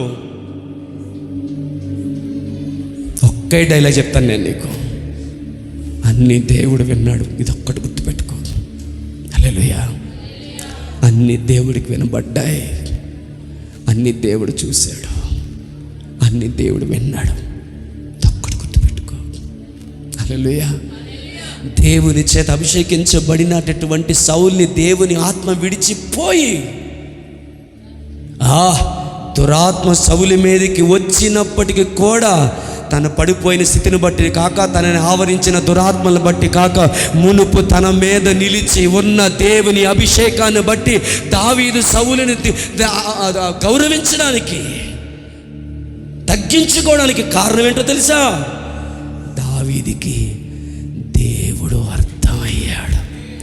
దేవుని అభిషేకం ఎక్కడ దొరుకుతుందో అర్థమయ్యింది. గమాన్ గట్టిగా దేవుని కృప ఎక్కడ దొరుకుతుందో అర్థమైంది. దేవుని కనికరం ఎక్కడ దొరుకుతుందో అర్థమైంది. దేవుని కటాక్షం ఎక్కడ దొరుకుతుందో అర్థమైంది.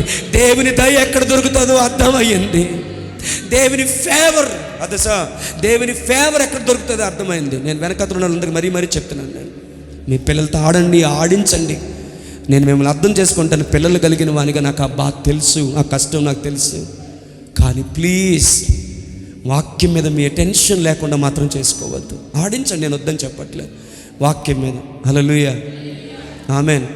నా పిల్లల్ని ఆడిస్తున్న వాళ్ళతో కూడా ఇదే మాట చెప్తాను నేను. ప్రైజ్ ది లార్డ్, హల్లెలూయా, ఆమేన్. మిమ్మల్ని ప్రశ్న అడుగుతాను, సౌలుని దావీదు చంపేస్తే దేవుడు ఏమని అంటాడు? మీరు ఇంకేం మాట్లాడరండి? రైటో రాంగ్ తర్వాత మాట్లాడరా?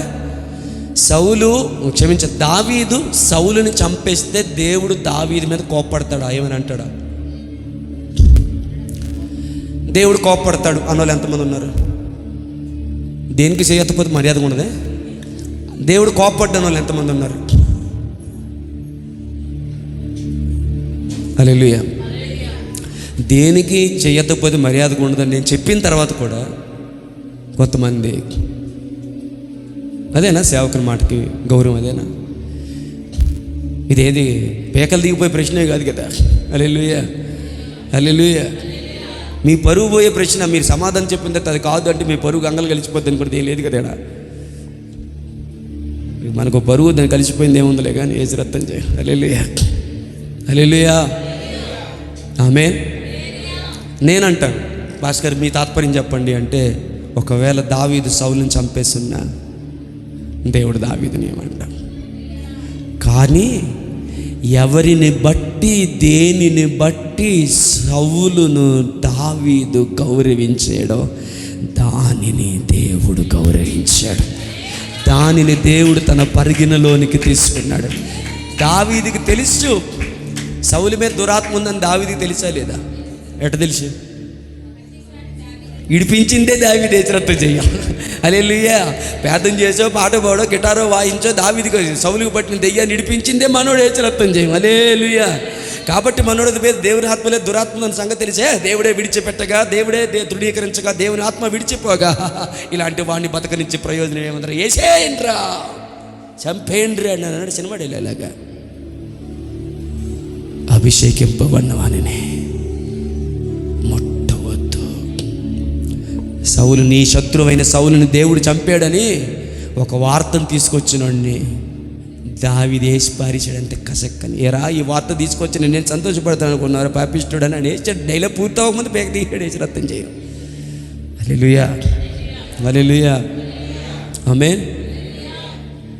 ఏమర్థమవుతుంది మీకు? దేవుడు అర్థమయ్యాడు కాబట్టే దేవుని సేవకుడు అర్థమయ్యాడు. స్తోత్రం పడి నమ్మకానికి. దేవుడు అర్థమయ్యాడు కాబట్టే తన అరణ్యం పాలు ఎందుకు అయ్యాడో అర్థమయ్యాడు. దేవుడు అర్థమయ్యాడు కాబట్టే తాను అభిషేకింపబడిన, అనగా తనను తృణీకరించిన తండ్రి ఎదుటను తన అన్నల ఎదుటను సమూయేలు తనని అభిషేకించగా, అభిషేకించిన నెక్స్ట్ డే గొర్రెలు పట్టుకొని మళ్ళీ అరణ్యానికి వెళ్ళిపోయాడు. నువ్వు అభిషేకించబడ్డావు కదరా, ఇప్పుడు నువ్వు రాజు కదరా. మొన్నటి వరకు ఒక లెక్క, నిన్నటి వరకు ఒక లెక్క, ఇప్పుడు లెక్క వేర్రా, లెక్క మారిందిరా. నీ తండ్రి ఎదుట, నీ అన్నల ఎదుట నీ దేవుడైన యెహోవా నిన్ను రాజుగా ఉండటకు అభిషేకించను కాబట్టి నీవు పోయి రాజు మార్గమున కూర్చొని అక్కడ రాజరికాన్ని నేర్చుకోరా. హల్లెలూయా, హల్లెలూయా. ఎందుకురా మళ్ళీ అదే ఒడిచిలు పట్టుకొని, అదే కర్ర పట్టుకొని, అదే గొర్రెలు తీసుకొని పోతున్నావు? నువ్వు గొర్రెలు కాపురవు కాదురా. నీకు అర్థమైందో లేదో నాకు తెలియదు, కానీ అభిషేకింపబడిన మరుసటి రోజే తను తగ్గించుకొని గొర్రెలు పట్టుకొని దావీదు ఎందుకు వెళ్ళిపోయాడంటే, దావీదుకి దేవుడు అర్థమయ్యాడు. ఆయన నన్ను ఏర్పాటు చేసుకున్నాడు, కానీ నన్ను ఆయన ఆ పని కొరకు అభిషేకించే రోజు, నిర్ణయించబడిన రోజు, దేవుడు నన్ను పైకెత్తే రోజు ఒక రోజు వస్తుంది. ఆ రోజు వరకు ఆయన బలిష్టమైన రెక్కల నీడలో నన్ను నేను తగ్గించుకొని నా తండ్రికి, నా అన్నలకి నేను లోబడి ఉంటానని నిర్ణయించుకున్నటువంటి దావీదు కొరకు, దావీదుని హెచ్చించట కొరకు దేవుడు గొలియాతును సీన్లోకి తీసుకొని వచ్చాడు. చప్పలు కొట్టి దేవుని మహిమపడదాం. ఇశ్రాయేలు ప్రజలు తృణీకరించడానికి కాదు, దావీదుని హెచ్చించడానికే గొలియాతుని దేవుడు తీసుకొచ్చాడు సార్. ఎందుకంటే ఆమేన్, హల్లెలూయా, దావీదుకి దేవుడు అర్థమయ్యాడు, దేవుడికి దావీదు అర్థమయ్యాడు. హల్లెలూయా, హల్లెలూయా, హల్లెలూయా, హల్లెలూయా, ఆమేన్. ఏమని అర్థమయ్యాడయ్యా నీకు అంటే, 16 సంవత్సరాల క్యాటిల్ బరి పట్టుకొని తిరుగుతున్న ఆ వ్యక్తిని ఏమని అర్థమయ్యాడు తెలుసా మీకు? అతడు నా హృదయానుసారుడు, నా ఉద్దేశములన్నీ నెరవేర్చువాడని ఒక మనిషిని నేను కనుగొన్నాను. దావీదు అలా అర్థమయ్యాడు. నువ్వు నేను ఎలా అర్థమవుతున్నాము ఆయనకి? సరే, ఇక మీ మనసడు తప్ప ఇటు లేనట్టుంది కొంతమందికి. హల్లెలూయా, హల్లెలూయా. ఇశ్రాయేలులకు దేవుడు అర్థం కాలేదు. ఇశ్రాయేలులకు దేవుడు అర్థం కాలేదు. అర్థమైతే సొనిగేవారు కాదు, గొణిగేవారు కాదు, మాంసం కొరకు ఏడ్చేవారు కాదు, అరణ్యములో ఆకుల వలె రాలిపోయి ఉండేవారు కాదు.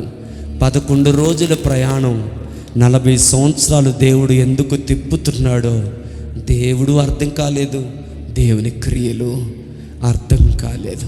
కానీ ఈ లక్షల మందిలో ఒక్కడున్నాడు, మోషేకు దేవుడు అర్థమయ్యాడు, యెహోషువకు దేవుడు అర్థమయ్యాడు, కాలేబుకు దేవుడు అర్థమయ్యాడు. ఒకవేళ ఇలా చెప్తాను, 30 లక్షల మంది ఉంటే 30 లక్షల మందిలో ముగ్గురికే దేవుడు అర్థమయ్యాడు. 30 లక్షల మందిలో ముగ్గురికే దేవుడు అర్థమయ్యాడు. హల్లెలూయా. ఎవరు వాళ్ళు? మోషే, అహరోన్ నేను లిస్టులో తీసుకురా తెలుసుకోలేదు. మోషే, యెహోషువ, కాలేబులు. ఏం పాస్టర్ అహరోన్ తీసుకొని రాలేదు? అహరోన్కి దేవుడు అర్థమైతే దూడను తయారు చేసి ఉండేవాడు కాదు. దేవుడు అంగీకరించినప్పటికీ కూడా ఎందుకో నా లిస్టులో లేడంతే. అర్థం చేయండి, నన్ను ఏమని అనుకోండి అంతే. హల్లెలూయా, హల్లెలూయా, హల్లెలూయా. అందుకే దేవుడు ఆమేన్ మోషే తర్వాత అహరోను వాడుకోలేదు, మోషే తర్వాత యెహోషువని దేవుడు వాడుకున్నాడు. ప్రైజ్ ది లార్డ్, హల్లెలూయా. గట్టి చేద్దామా? మీరు గమనించారా? ఎప్పుడైనా దేవుడు మోషేతో మాట్లాడి మోషే ద్వారా అహరోనుతో మాట్లాడాడు తప్ప అహరోనుతో డైరెక్ట్గా మాట్లాడిన దాఖలాలు బైబిల్లో మనకు కనబడవు. నాకు తెలిసినంత వరకు ఎక్కడ మిస్ అయినావు నాకు తెలియదు. కానీ మోషేతో మాట్లాడిన ఆ దేవుడే యెహోషువతో మాట్లాడిన సందర్భాలు ఎన్నో ఉన్నాయి. దేవుని మహిమ కలుగును గాక. దాస్ గారు, హల్లెలూయా, హల్లెలూయా, హల్లెలూయా. రైట్, ఆమె మెసేజ్ టైటిల్ ఏంటండి ఈరోజు? అందరు చెప్పాలి. ఈరోజు మెసేజ్ ఏంటి? ఆవులింతలు తీస్తున్న వారిని అడుగుతున్నాను వెనకాతల. మెసేజ్ టైటిల్ ఏంటి? సిగ్గుపడుతున్నావా అక్క? మెసేజ్ టైటిల్ ఏంటి ఈరోజు? టైటిల్ అర్థం కాకపోతే మెసేజ్ ఏం అర్థం అవుతుంది? అమాయకంగా దేవుడు నీకు అర్థమయ్యాడా? ఎంతమందికి దేవుడు అర్థం అవ్వాలని ఉంది? ఎందుకు అడిగని చెప్పినా వాళ్ళకి మాత్రమే ఈ మెసేజ్ ఉపయోగపడుతుంది. మిగతా వాళ్ళందరికీ టైంపాస్, మిగతా వాళ్ళందరికీ బోర్, మిగతా వాళ్ళందరూ చర్చికి వెళ్ళామా లేదా, కూర్చొని వచ్చేసామా లేదా, ఆ బ్యాచ్ మిగతా వాళ్ళందరూ కూడా వాళ్ళు వినట్లేదు కూడా, వినట్లేదు అసలు, వాక్యమైనా వినట్లేదు కూడా. హల్లెలూయా, హల్లెలూయా. మీరు వాక్యాన్ని గౌరవించలేనప్పుడు నన్నేం గౌరవిస్తారులే అమాయకంగానే. హల్లెలూయా. దేవుడు దేవుడు ఎలా అర్థమవుతాడు? దేవుడు ఎలా అర్థమవుతాడు? దేవుని అర్థం చేసుకోవడం ఎలా? 5 మాటలు చెప్పి ముగిస్తాను. హల్లెలూయా, గట్టి చేద్దాం. హల్లెలూయా. దేవునితో అధిక సమయం గడుపుట ద్వారా, దాన్నే ప్రేయర్ అనండి, ఇంకేమైనా అనండి, అయ్యా అయిపోయింది. దేవునితో అధిక సమయము గడుపుట ద్వారా. హల్లెలూయా, ఆమేన్. ఇర్మియాతో దేవుడు ఏమన్నాడు తెలుసా? నాకు మొరపెట్టము. హల్లెలూయా.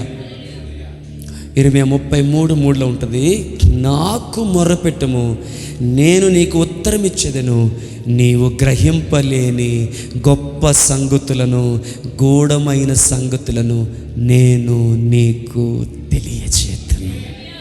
హల్లెలూయా. ఎంత విని ఈ మెయిన్ పార్ట్ని వదిలేసుకోకండి. లేదు పాస్టర్ గారు ఇక్కడితో ఆపే, నెక్స్ట్ వీక్ చూద్దామంటే రైట్. హల్లెలూయా, హల్లెలూయా. సెకండ్ పార్ట్ వచ్చేవారం చూద్దాం. హల్లెలూయా. దేవుని మహిమ కలుగును గాక. ఓకే, ఆమేన్. ఇంతవరకు ప్రశ్న ఒకటే మాట్లాడుకున్నాం, ఏంటి అంటే దేవుడు మనకి అర్థమయ్యాడా? వచ్చే వారం మనం ఏం మాట్లాడుకుంటామంటే, ఆమేన్, ప్రభు చిత్తమై వచ్చే వారం కనుక నేనే నిలబడితే మనం ఏం మాట్లాడుకుంటామంటే, దేవుడు నీకు ఎలా అర్థమవుతాడు? దేవుడు అర్థం అవ్వడానికి సోర్స్ ఏంటి? ఏం చేస్తే దేవుడు అర్థమవుతాడు? ఈ ఎవరికి ఉపయోగపడతాయి అంటే, హల్లెలూయా, ఈ మెసేజ్ మాకు బోర్గా ఉందనుకునే వాళ్ళు వచ్చేవారం మానేయండి. ఎందుకంటే వచ్చేవారం కూడా ఇదే కంటిన్యూ అవుద్ది దేవుని చిత్తం అయితే. హల్లెలూయా. సో వచ్చేవారు నేనేం చెప్పాలనుకున్నానంటే, how can you know God? దేవుణ్ణి నువ్వు ఎలా తెలుసుకుంటావు? దేవుడు నీకు ఎలా అర్థమవుతాడు? ఆమేన్, హల్లెలూయా. ఒక్క మాట చెప్తాను, ఆయన తన్ను తాను నీకు ప్రత్యక్షపరుచుకుంటే తప్ప ఆయన నీకు అర్థమయ్యే దారి లేదు. ఎంతమందికి ఈ మాట అర్థమైంది? ఆయన ఎలా ప్రత్యక్షపరుచుకుంటాడు, ఎవరికి ప్రత్యక్షపరుచుకుంటాడు, ఇది వచ్చేవారు మాట్లాడతాను. కానీ బాటమ్ లైన్ ఏంటంటే, టాప్ లైన్ ఏంటంటే, ఆయన ప్రత్యక్షపరుచుకుంటే తప్ప ఆయన నీకు అర్థమవ్వడు. ఆయన తను తాను బయలుపరుచుకుంటే దేనామని మహిమ కలుగునుగా. హల్లెలూయా, ఆమేన్. అబ్రహామునకు బయలుపరుచుకున్నట్లుగా, మోషేకి బయలుపరుచుకున్నట్లుగా, దానియేలుకు బయలుపరుచుకునేటట్లుగా, దావీదునకు బయలుపరుచుకునేటట్లుగా, ఆమేన్, హల్లెలూయా. అపోస్తలులైన పౌలుకు తను తాను బయలుపరుచుకునేటట్లుగా ఆయన తను తాను మీకు బయలుపరుచుకున్నట్టు ద్వారా ఆయన ప్రణాళిక ఏంటి, ఆయన ఉద్దేశం ఏంటి, ఆయన వాక్యం ఏంటి, ఆయన ఆలోచన ఏంటి, అన్నీ మీకు అర్థమైపోతాయి. ఆమేన్, హల్లెలూయా, ఆమేన్. ఎంతమందికి దేవుడు నాకు అర్థం అవ్వాలని ఉంది? వాక్యం వెళ్ళలేని వాళ్ళు కూడా చేయొచ్చారండి, అది చాలా విచిత్రం. సరే, మీ మంచితనం. హల్లెలూయా. ఎంతమందికి దేవుడు అర్థం అవ్వాలని ఉంది? ఆమేన్. దయచేసి నీ మార్గము నాకు చూపుము, అప్పుడు నేను నిన్ను తెలుసుకుంటాను, నిన్ను అర్థం చేసుకుంటాను, నిన్ను అవగాహన చేసుకుంటాను. హల్లెలూయా, హల్లెలూయా. అందుకే ఇశ్రాయేలు ప్రజలందరూ వాగ్దాన దేశం కోసం ఏడ్చారు, కానీ మోషే మాత్రం దానికోసం ఏడవలేదు. ప్రభువా, తరతరములకు నాకు నివాస స్థలము నీ దగ్గరే అని కూడా అనలేదు, నాకు నివాస స్థలము నీవే అన్నాడు. దేనా మనకి మహిమ కలుగును గాక. మోషేకి దేవుడు అర్థమయ్యాడండి, లాజరుకి దేవుడు అర్థమయ్యాడండి, దావీదుకు దేవుడు అర్థమయ్యాడండి, దానియేలుకి దేవుడు అర్థమయ్యాడండి, దావీదుకు దేవుడు అర్థమయ్యాడండి. కమాన్, ఆమెను చెప్పగలరా? పౌలుకు దేవుడు అర్థమయ్యాడండి. హల్లెలూయా. ఆ జాబితాలో ఉందామా, లేకపోతే మిగతా లక్షల మంది జాబితాలో ఉందామా? 30 లక్షల మందికి ఎంతమందికి అర్థమయ్యాడు దేవుడు? 3కే. ఎవరు? మోషే, యెహోషువ, కాలేబులకు మాత్రమే దేవుడు అర్థమయ్యాడు. ఆమేన్. జనాభా ఎంత? 30 లక్షల మంది. ఎంతమందికి దేవుడు అర్థమయ్యాడు? అందరూ బాప్తిసం తీసుకున్నారు లేదా? ఎర్ర సముద్రంలో అందరూ బాప్తిసం తీసుకున్నారు లేదా? అందరూ పస్కాను భుజించారు లేదా? అంటే ప్రభు బలలో పాలు పంచుకున్నారు లేదా? అందరి వస్త్రాలు పాతగిల్లలేదు కదా, కొంతమంది వస్త్రాలు పాతగిల్లాయా? అందరూ మేఘం కింద నడిచారు కదా, ఇలా ఊపడమే మీ డ్యూటీ. అందరూ మేఘం కింద నడిచారు కదా, అగ్నిస్తంభం కింద మేఘస్తంభం నడిచారు కదా. అందరూ ఒకే బండలో నీళ్ళు తాగారా? మోషే ఏ బండలో నీళ్ళు తాగాడో అదే బండలో నీళ్ళు తాగారు. అందరూ ఒకే మానం తిన్నారా లేదా? అట్లట్లేదు మీరు. సౌండ్ తగ్గిపోయింది, అయిపోయింది మ్యాటర్, మెసేజ్ అయిపోయింది ఇక్కడ. హల్లెలూయా. అందరూ అరణ్యం దగ్గరికి వెళ్ళారా లేదా? Praise the lord. అందరూ సీనాయి పర్వతం దగ్గరికి వెళ్ళారా లేదా? అందరూ ఆ మేఘమును చూసారా లేదా? ఎస్, చూశారండి. కానీ అందులో ముగ్గురికే దేవుడు అర్థమయ్యాడు. ఆమేన్. ఓయ్, దోపార్తిని చేతి పట్టుకొని పరిగెత్తుకొని వెళ్ళి చచ్చిన వారికి బతికిన వారికి మధ్యలో నిలబడరా నాయన, తొందర పరిగెత్తు అహరోన్ అంటే. హల్లెలూయా. ఒక్క మాట అడిగి ముగించేనా ఏమనుకోకపోతే? హల్లెలూయా. ఆమేన్. ఇలా అడుగుతాను, ఈ వ్యత్యాసాన్ని ఏమనుకోకండి. దేవుడు తొందరగా అంగీకరించేది అహరోనా మోషేనా? మాట్లాడలేదు. అన్నిటికీ డౌటే. దేనికి సమాధానం ధైర్యంగా చెప్పరు. ఎందుకొచ్చి వాళ్ళు ఊరుకున్నంత తత్వం లేదు, ఊరుకున్నంత సుఖం లేదు అన్నట్టు. తొందరగా అంగీకరించబడేది ఎవరు? అహరోనా మోషేనా? మనకు తెలిసిన విషయం, దీనికి పెద్ద ఆలోచన అవసరం లేదు. మోషే అంగీకరించబడతాడు. హల్లెలూయా. ఏం బ్రదరు, అహరోన్ ఎక్కడో ఉన్న అహరోని కేకేసి బదులు మోషే ఆ దోపార్తిని పట్టుకొని చచ్చిన వాళ్ళకి బతిన వాళ్ళకి మధ్యలో నిలబడవచ్చు కదా. మోషే తెలిసి చచ్చిన వాళ్ళకి బజ్జులకి మధ్యలో ఈ దోపార్తిని పట్టుకొని నిలబడితే ఫస్ట్ చచ్చిపోయింది నేనే అని. మీకు అర్థమైందో లేదో నాకు తెలియదు. హల్లెలూయా. మోషేకి తెలుసు అది ఎవరు పట్టుకోవాలంటే యాజకుడిగా నిర్ణయించబడిన వాడు మాత్రమే దోపార్తిని పట్టుకొని నిలబడితేనే దేవుడు అంగీకరిస్తాడన్న సంగతి దేవుని హృదయం మోషేకి తెలుసు. అందుకే అహరోనా ఏడున్నారా, తొందర పరిగెత్తు, చచ్చిన వారికి బతికిన వారి మధ్యలో నిలబడరంటే అహరోను వెళ్ళి చచ్చిన వారికి బతికిన వారికి మధ్యలో దోపార్తిని చేతి పట్టుకొని నిలబడగా ఆ మరణపు తెగులు ఆగిపోయింది. రాత్రి నేను చదువుతుంటే నాకు చిత్రం అనిపించింది. ఇదే ప్రశ్న వచ్చింది నాకు. అదేదో మోసే వెళ్ళొచ్చుగా. పిలువబడిన వాడు మోసే, ఎర్ర సముద్రం పాయలు చేసింది మోసే, అంటే దేవుడే కానీ మోసే ద్వారా. హల్లెలూయా. మన్నాను కురిపింపజేసింది మోసే, బండలోంచి నీళ్ళు ఇచ్చింది మోసే, అద్భుతాలు చేసింది మోసే కదా. మరి మోసే నిలబడొచ్చు కదా. మోసేకి తెలిసి ఎవరు నిలబడితే మ్యాటర్ కలిసి సెట్ అవుతాం. హల్లెలూయా. హల్లెలూయా. హల్లెలూయా. ఇలా చెప్తానే అనుకోకండి, అన్నీ మీరు చేసేది అయిపోవు. కొన్ని చేయడానికి దేవుడు యాజకుడిని నిలవబెట్టాడు. యాజకుడు ఉంటాడు, యాజకుడికి అధికారానికి లోబడాలి, యాజకుడిని నిలవబెట్టాలన్న సంగతిని జ్ఞాపకం చేసుకోండి. అది నిలవబెట్టింది మోషే కాదు, దేవుడు. అక్కడ కళ్ళు మూసుకొని ప్రార్థన చేసుకుందాం.